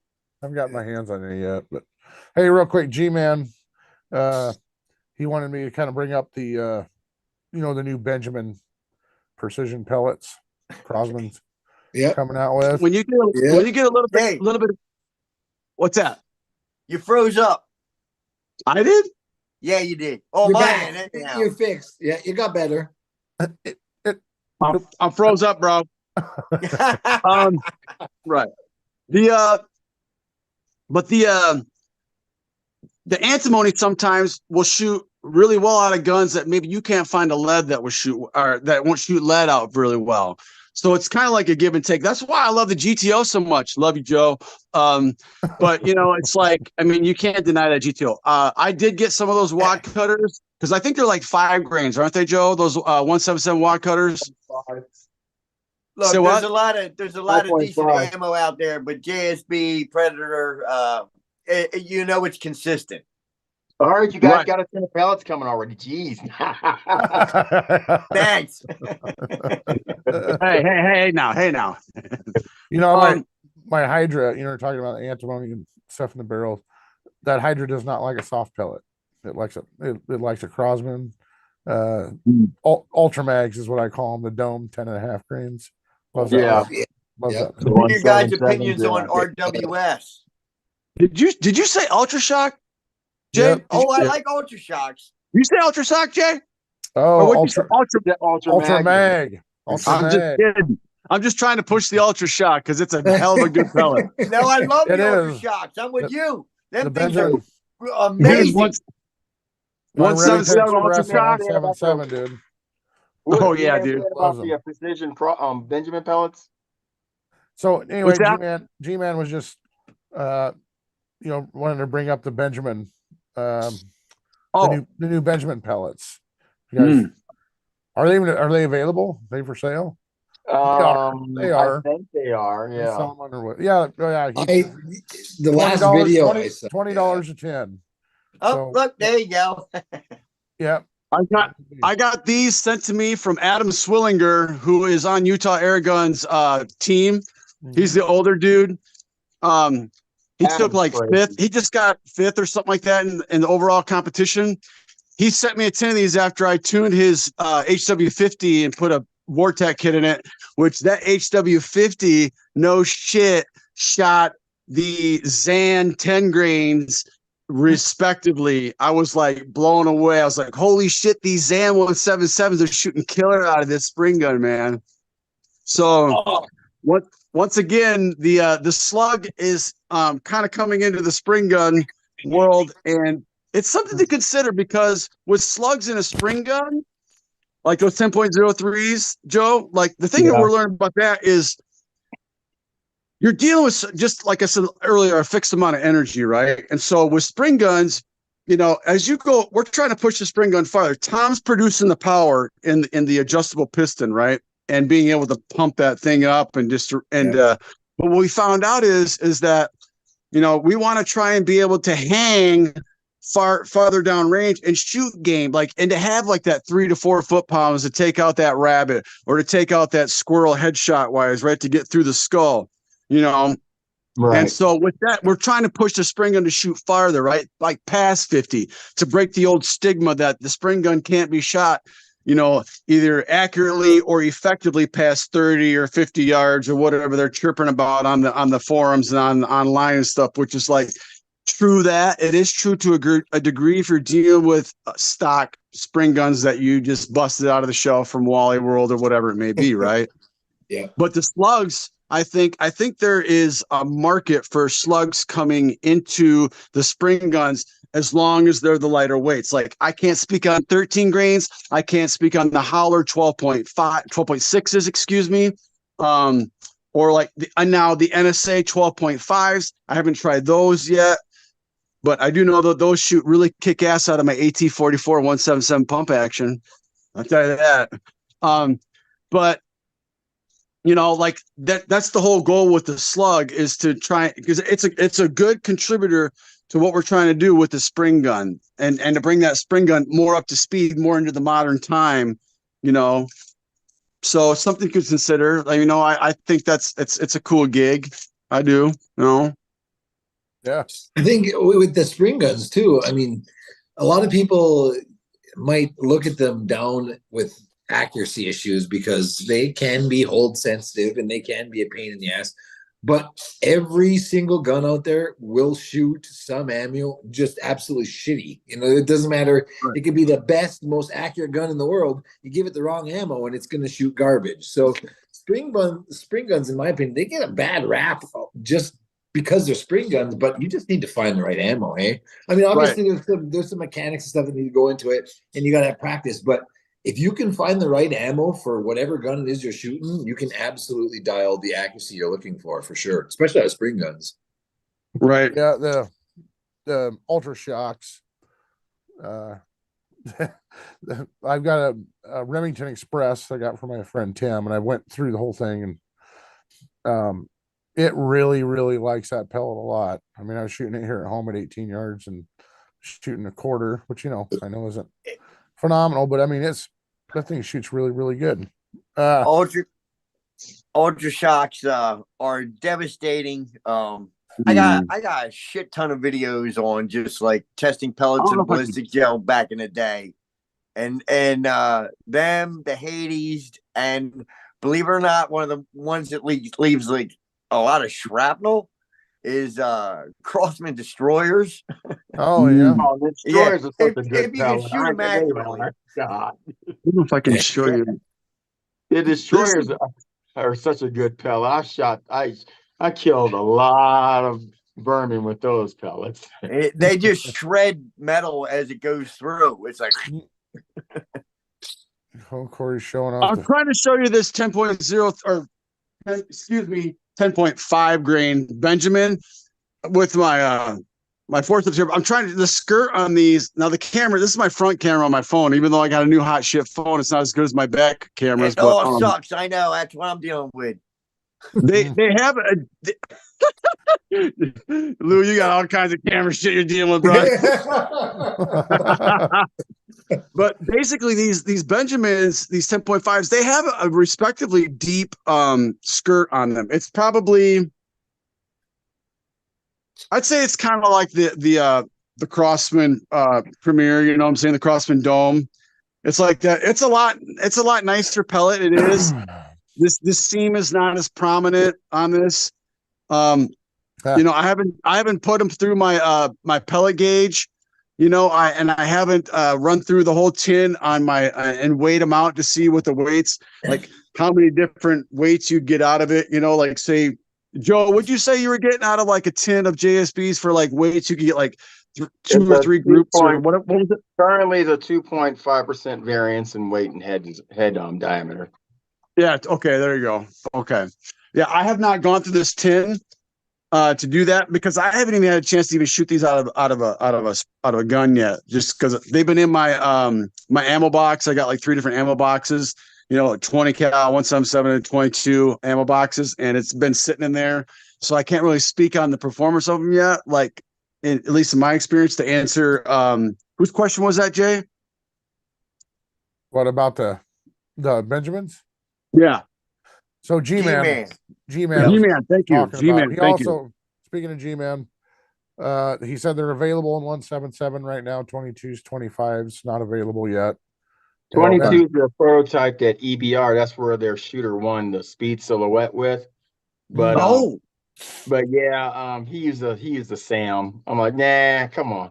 But he won.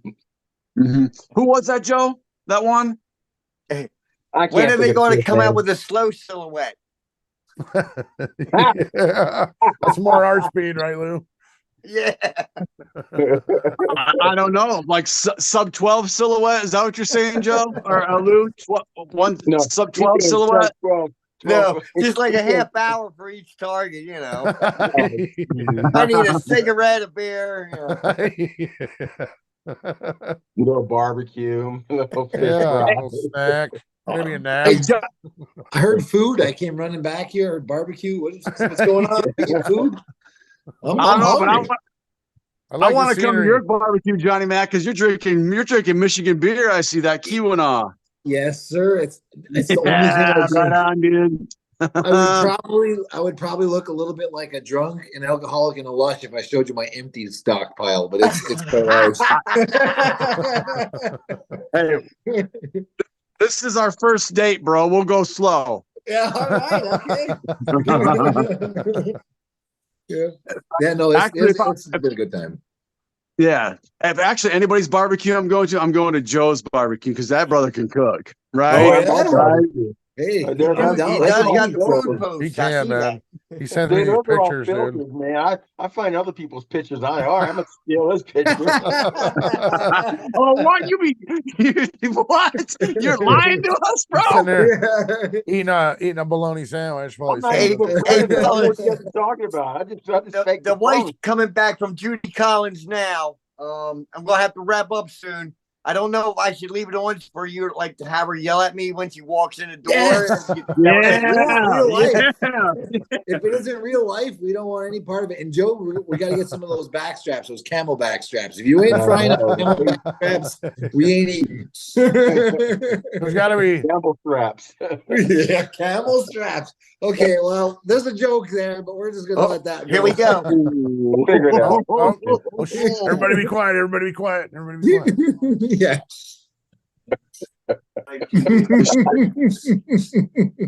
She's back from Judy Collins, everybody. All right. Hold on here. Look at that. I did good. Mrs. Lou. Hey, What's up? What's up? just in time for the party. That's right. You gotta be I nice survived. to his friend. Hey, when all these people that do watch it and they're younger, like Google Judy Collins, and then you'll be like, oh my God.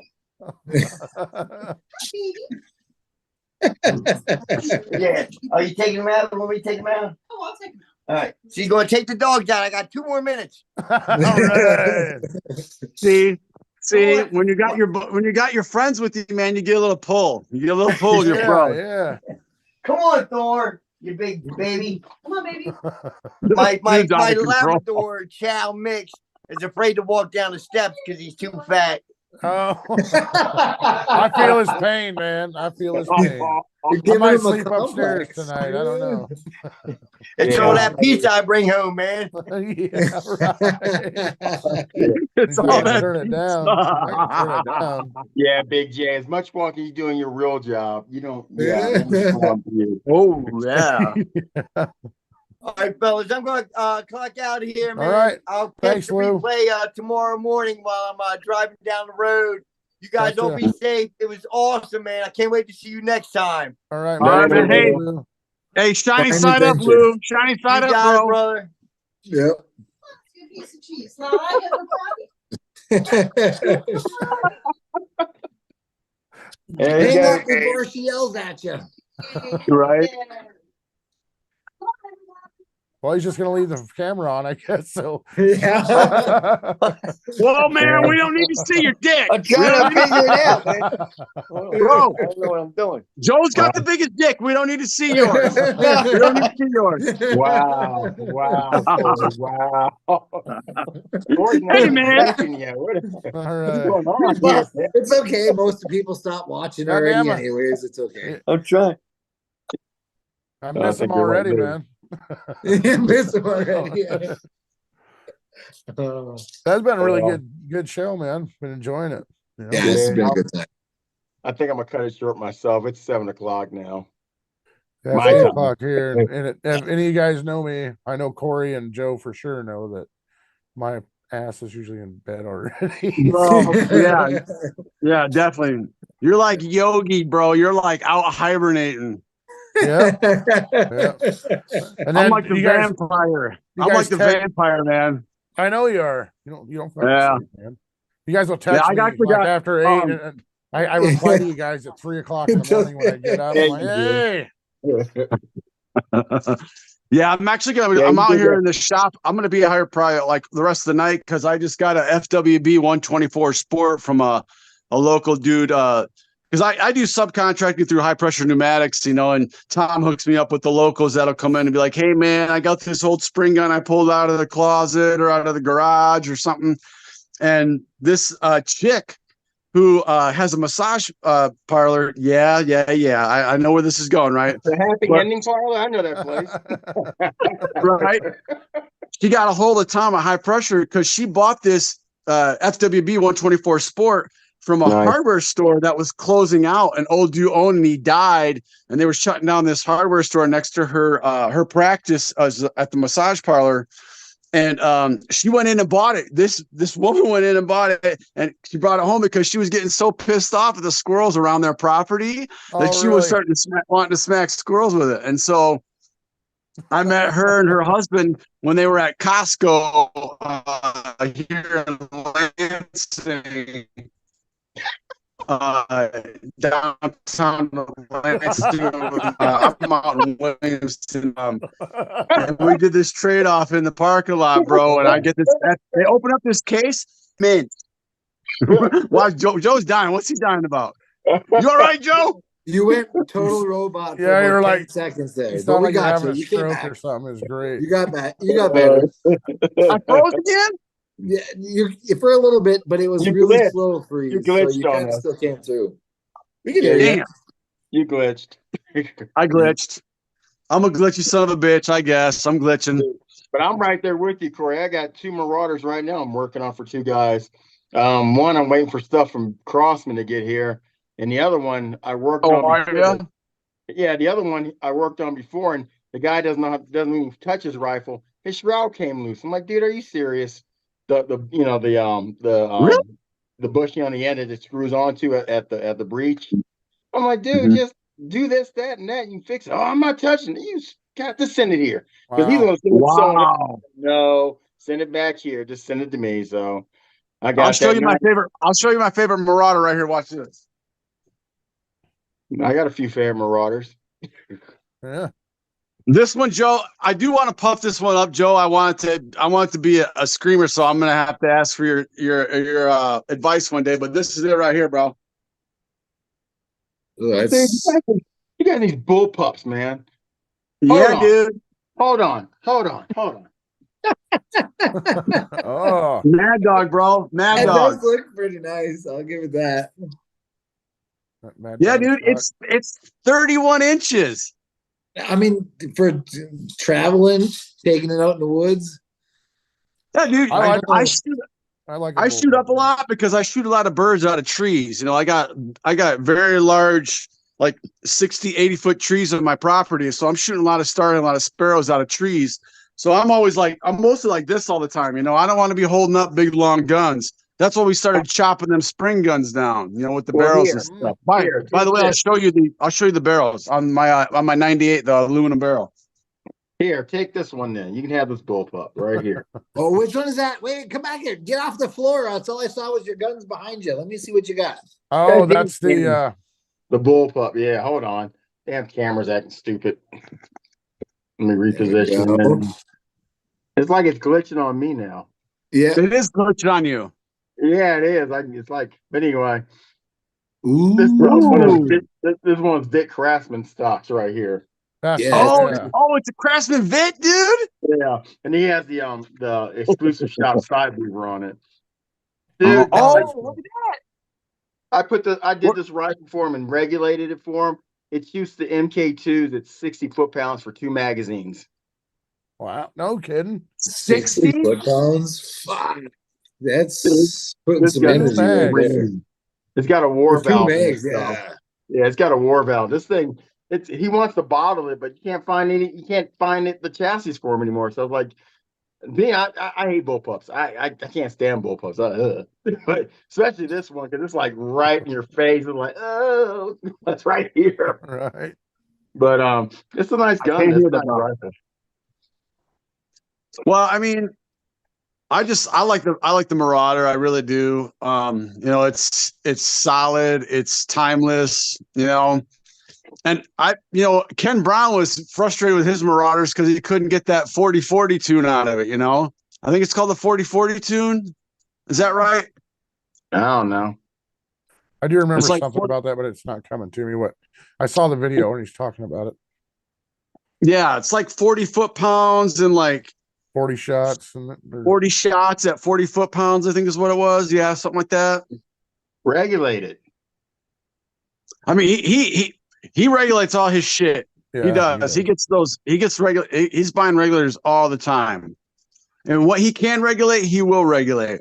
Right. Mhm. G-Man. Yeah. G-Man does that too. Right away. So he let me borrow the Beeman Commodore that I got a chance to look at. Excellent little fucking blinker. Honestly, surprised the shit out of me. But if you threw a regulator in that would dude. really, That's what in they my need. opinion, that would stretch it. I still have yet. I've shot the side lever. I've shot bolt action. I've shot brake action. All of them.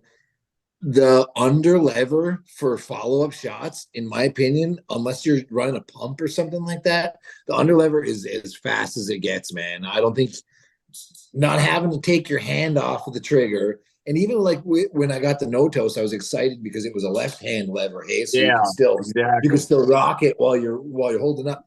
It works good for that. Absolutely. It's definitely better than a right-hand lever and then coming back to the trigger. But the under lever up front, where your hand is already sitting while you're holding onto the gun to begin with, for follow-up shots, man, I don't think it can be beat. I mean, semi-auto is the only other way, in my opinion, or a pump action to kind of keep up that speed. But for follow-up shots, man, the under lever was the way to go. I was pretty surprised by it. My 1357, I really like that about it. Yeah. Pretty cool. I was impressed. At first, I wasn't sure I was going to like it because I would say most of the shooting I do is not really off the bench, but from a bipod. Hey, I'll sit on the back porch and shoot whatever it is I'm at. I will get up and offhand it when I can, but 90% of it is shooting off a bipod. With the underlever being where it was at, it's kind of in the pain in the ass for like somebody shooting off a stand or something. Hey, but he had picked up a buck rail accessory for it that gave you the option to throw a barrel band on there, as well as a Picatinny mounting point for a bipod.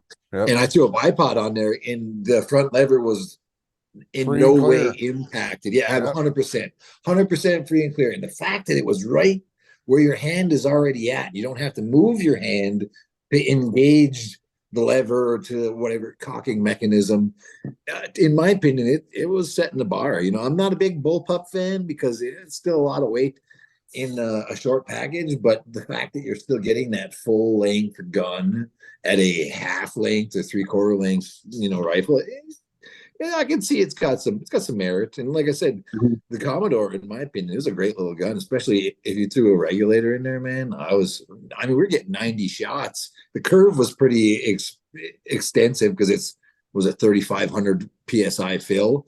So, you got like a shit ton of shots out of it with a pretty high shot curve. But yeah, I'm curious to know what the difference, because like the 13, 57, and 58 are 3,000 PSI. And it's like, is it just the gauge that's different? You know what I mean? Yeah. I mean, seriously, I doubt they're putting a different tube in that gun, but no, yeah. I guess they might. Likely, just like you said, higher gauge. Speaking of cocking styles and stuff like that, what do you guys think about that new Karma gun? That what is it? SLS? Did you see that, Joe? Yeah, I've seen it. Any of you guys see that SLS? I saw it earlier this year. What do you think about that? Nice gun. I'm an AEA fan. You guys know that. I got a ton of AEAs and Air Force rifles and Benjamin stuff. It's a nice gun though. It's gonna if Karma keeps on doing what they're doing. I was always telling people FX gonna get a run for their money, and I thought I thought Scout might give them a run for their money because apparently so did I. But when you take all three events with a prototype rifle, Right. Yeah, Right. yeah, that says a lot. If they can just keep it going, and Donnie and Ben at the pellet shop are proud of that baby. They really Which are. gun is this? I want to check this out. Which one is this? I'm not Karma, aware of it. Karma Karma air guns. Yeah, they're sweet. It's a beast of a gun. It's a nice rifle. It takes So- Saber tactical parts. Yeah, and they're doing like this engineering and this just like the ingenuity of doing like side lever semi-auto, flick the switch and it's like you can side lever it or then flick the switch and you go semi-auto. I have the AESF in the standard, and it's basically the same thing, except it doesn't have the cocking is a little, to me it sucks, you know, if you're doing bolt action. But so on the Karma rifles, and I knew this because my AEA has the same one, but they verified it. So on the barrels they go through a grade 1, 2, and 3, and 4, and they have a grade 1 barrel, but all the grade 1 and grade 2s and possibly grade 3 have this weird choke where about 10 inches from the muzzle it chokes down 1/1000th of an inch.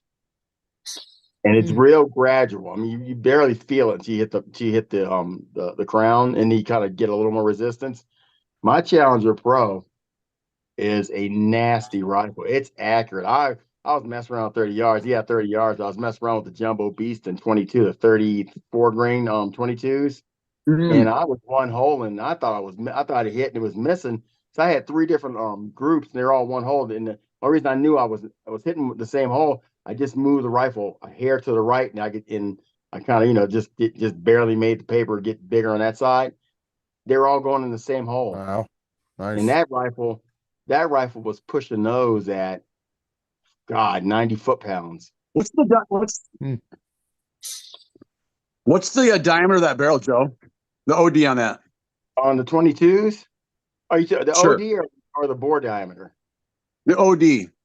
I don't remember right off. And all my most of my stuff's in my room in Kansas, looking stupid right now. Well, that's okay. I was just because I mean, when you're saying like one hole like that, I mean, I believe that shit, right? Like I don't question that because I mean, this shit's possible, obviously, but like I'm like, damn, I'm thinking, shit, that thing must have no whip whatsoever out of that barrel. You know what I'm saying? Actually, that was before I put the barrel band on it. But the barrels are tensioned. They're tensioned and they screw into the breech.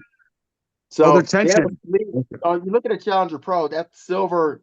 It's not a silver barrel. That's basically a shroud, to say, over the barrel, and the front end screws into it, and then it presses against the back. It tensions the barrel. The barrel's tensioned.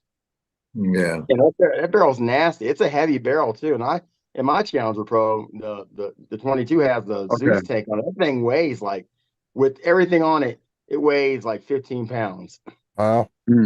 It just sits there. That's probably helps with that accuracy too. You know what I mean? Right. Yeah. And then the new Karma rifle, the one that Thane and Val were winning with, that rifle before scope was 22 pounds. Woo! Oh shit! Wow. It looks heavy. It looks heavy. It does. It looks like a heavy gun. It does.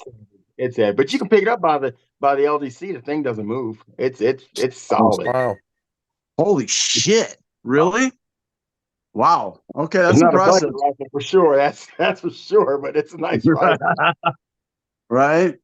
I mean, I'm glad to see Karma kick FX's ass a little bit. I mean, I hate to say it, because I got some skin in the game in Sweden with some of my family, but at the same time, it's like they've been kind of on the high horse for quite a while now. So it's kind of nice to see a little bit of humility coming to the life, I mean, hey, the more companies that bring quality equipment to the game, the better. I mean, shit. If we need to compete, I mean, take those Benjamin pellets, for instance. I've heard really good things about them, that they actually may rival JSB. And you know what? If they do, great. That's the whole idea of an open market, is people being able to get their hands on something that is just as good as something else or close to good as something else. We don't need just one good pellet and then that's all you can never buy because it's always sold out. We need access to multiple good Johnny, pellets. Johnny, when you get that knock at 2 a.m, I wouldn't answer the door. Yeah. Hey, I was just gonna say, Joe. He said it, Joe. He said it. He said it, Joe. It's all right. They got to make it past the booby traps, man. I got booby traps. And I'll be like, hey, I got some camel strap down here. You want some? yeah, you got some back straps going up for sale. Back to the No, camel you're right, straps. You're right, though. We need competition in our industry. Period. Be it guns, ammunition, accessories, scopes, whatever. And we're getting that now. Yep. And there's another question I get a lot too, especially with the kids. Everyone says they like them so much, and we gotta make this quick because Big J got to go to bed. But I mean, they're like they shoot, they shoot so much, they shoot real good, they're better than JSBs. I'm like, yeah, they're real clean and everything, but they don't do mass production. They only do that's die. When getting your once they hands start on doing it, mass eh? production like JSB and H&N and RWS, Yeah. then they'll start seeing the things that everyone else sees with JSBs and the other ones. Oh, this, that, and that. Yeah, there's different dyes out there. You're not gonna, and And FX, you can't fault JSB for issues that happen from the time they release that pellet to the time you receive it, eh? You get all it takes is to be dropped one time and you've got dented pellets, dented skirts and all your pellets. You can't fault JSB, the manufacturer, for that, eh? that's not even that now. These people are just, because they're saying, with the way JTS look, and I'm like, they're really nice looking. They are nice looking. I have a bunch of them. I know. Yep. Again, it's just they don't produce a lot at once right now. When they do, it's like when Van starts producing more of his 30 caliber pellets, because his 30 caliber pellets are actually really nice. They're really nice. They're still really good. But again, when these small guys if they ramp up to the big production levels, the big leagues, they'll get the complaints that we get, and they're gonna get like the big FX. league problems. Yeah, absolutely. FX when they buy their pellet, because we all know FX are rebranded JSBs. When they bought once, maybe twice a year, and so they got an entire lot number, one lot number. Yeah. We bring in so many containers now. We bring in a lot of containers, and I've only seen once where the lot numbers were just at the end where I got them again, but there was a different lot number in another pallet altogether. Yeah. So I'll see 2 or 3 lot numbers come in sometimes on one. On one particular item, just because there's that's so much they have to produce at one time. And I mean, especially too, if you're shooting a volume of pellets, I buy my pellets usually 2,000 at a time. I buy multiple tins because I know I'm going to be shooting a shit ton of them. You got to assume that you're not going to get the same exact, it would be pretty lucky to get 5 tins of the same lot number. And they're a great pellet. Like you got to assume that you're going to get a mixed bag. But if you average that out, it's tough to beat JSB, H&N, the top, 2, 3 names out there. It is tough to beat them. Yeah. So, I mean, I'm not saying JSB and H&N are the kings.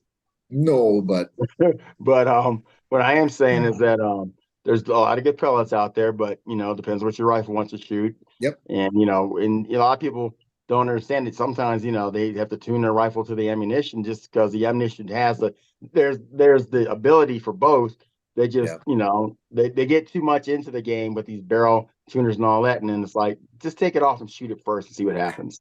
Yeah, I didn't have a single gun that shot the Hades or the shit, and I bought a no-toast, and it loves the fucking Hades. I don't know what it is about it. Not a single. That's all I shoot out of my no-toast for the Hades. Yeah, none of my guns shoot the Hades for shit except for the no-toast, and it will stick hole in hole, which is impressive. Me too. My no-toast loves the fucking Hades too. Yeah. My no-toast.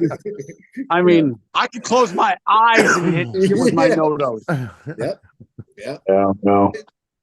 I'm gonna call this one, guys. I'm gone. Yep. I gotta get. The wife's pounding on the floor up there. I think she's half naked. I don't know what's going on. I'm gonna get up there. You better take care of that. I'm gonna investigate. Yeah, we ain't trying to keep a brother from taking care of business. So I mean, Lou's already at it. Hey, he's been there 10 minutes already. Jeez. No, he's commenting now. He's watching. Lou, get some. Lou, get some. Shut the TV off and get some already. Oh my God. You guys, I'm out. Guys, I'll see you guys later. Thank you guys. Right. Love you, Joe.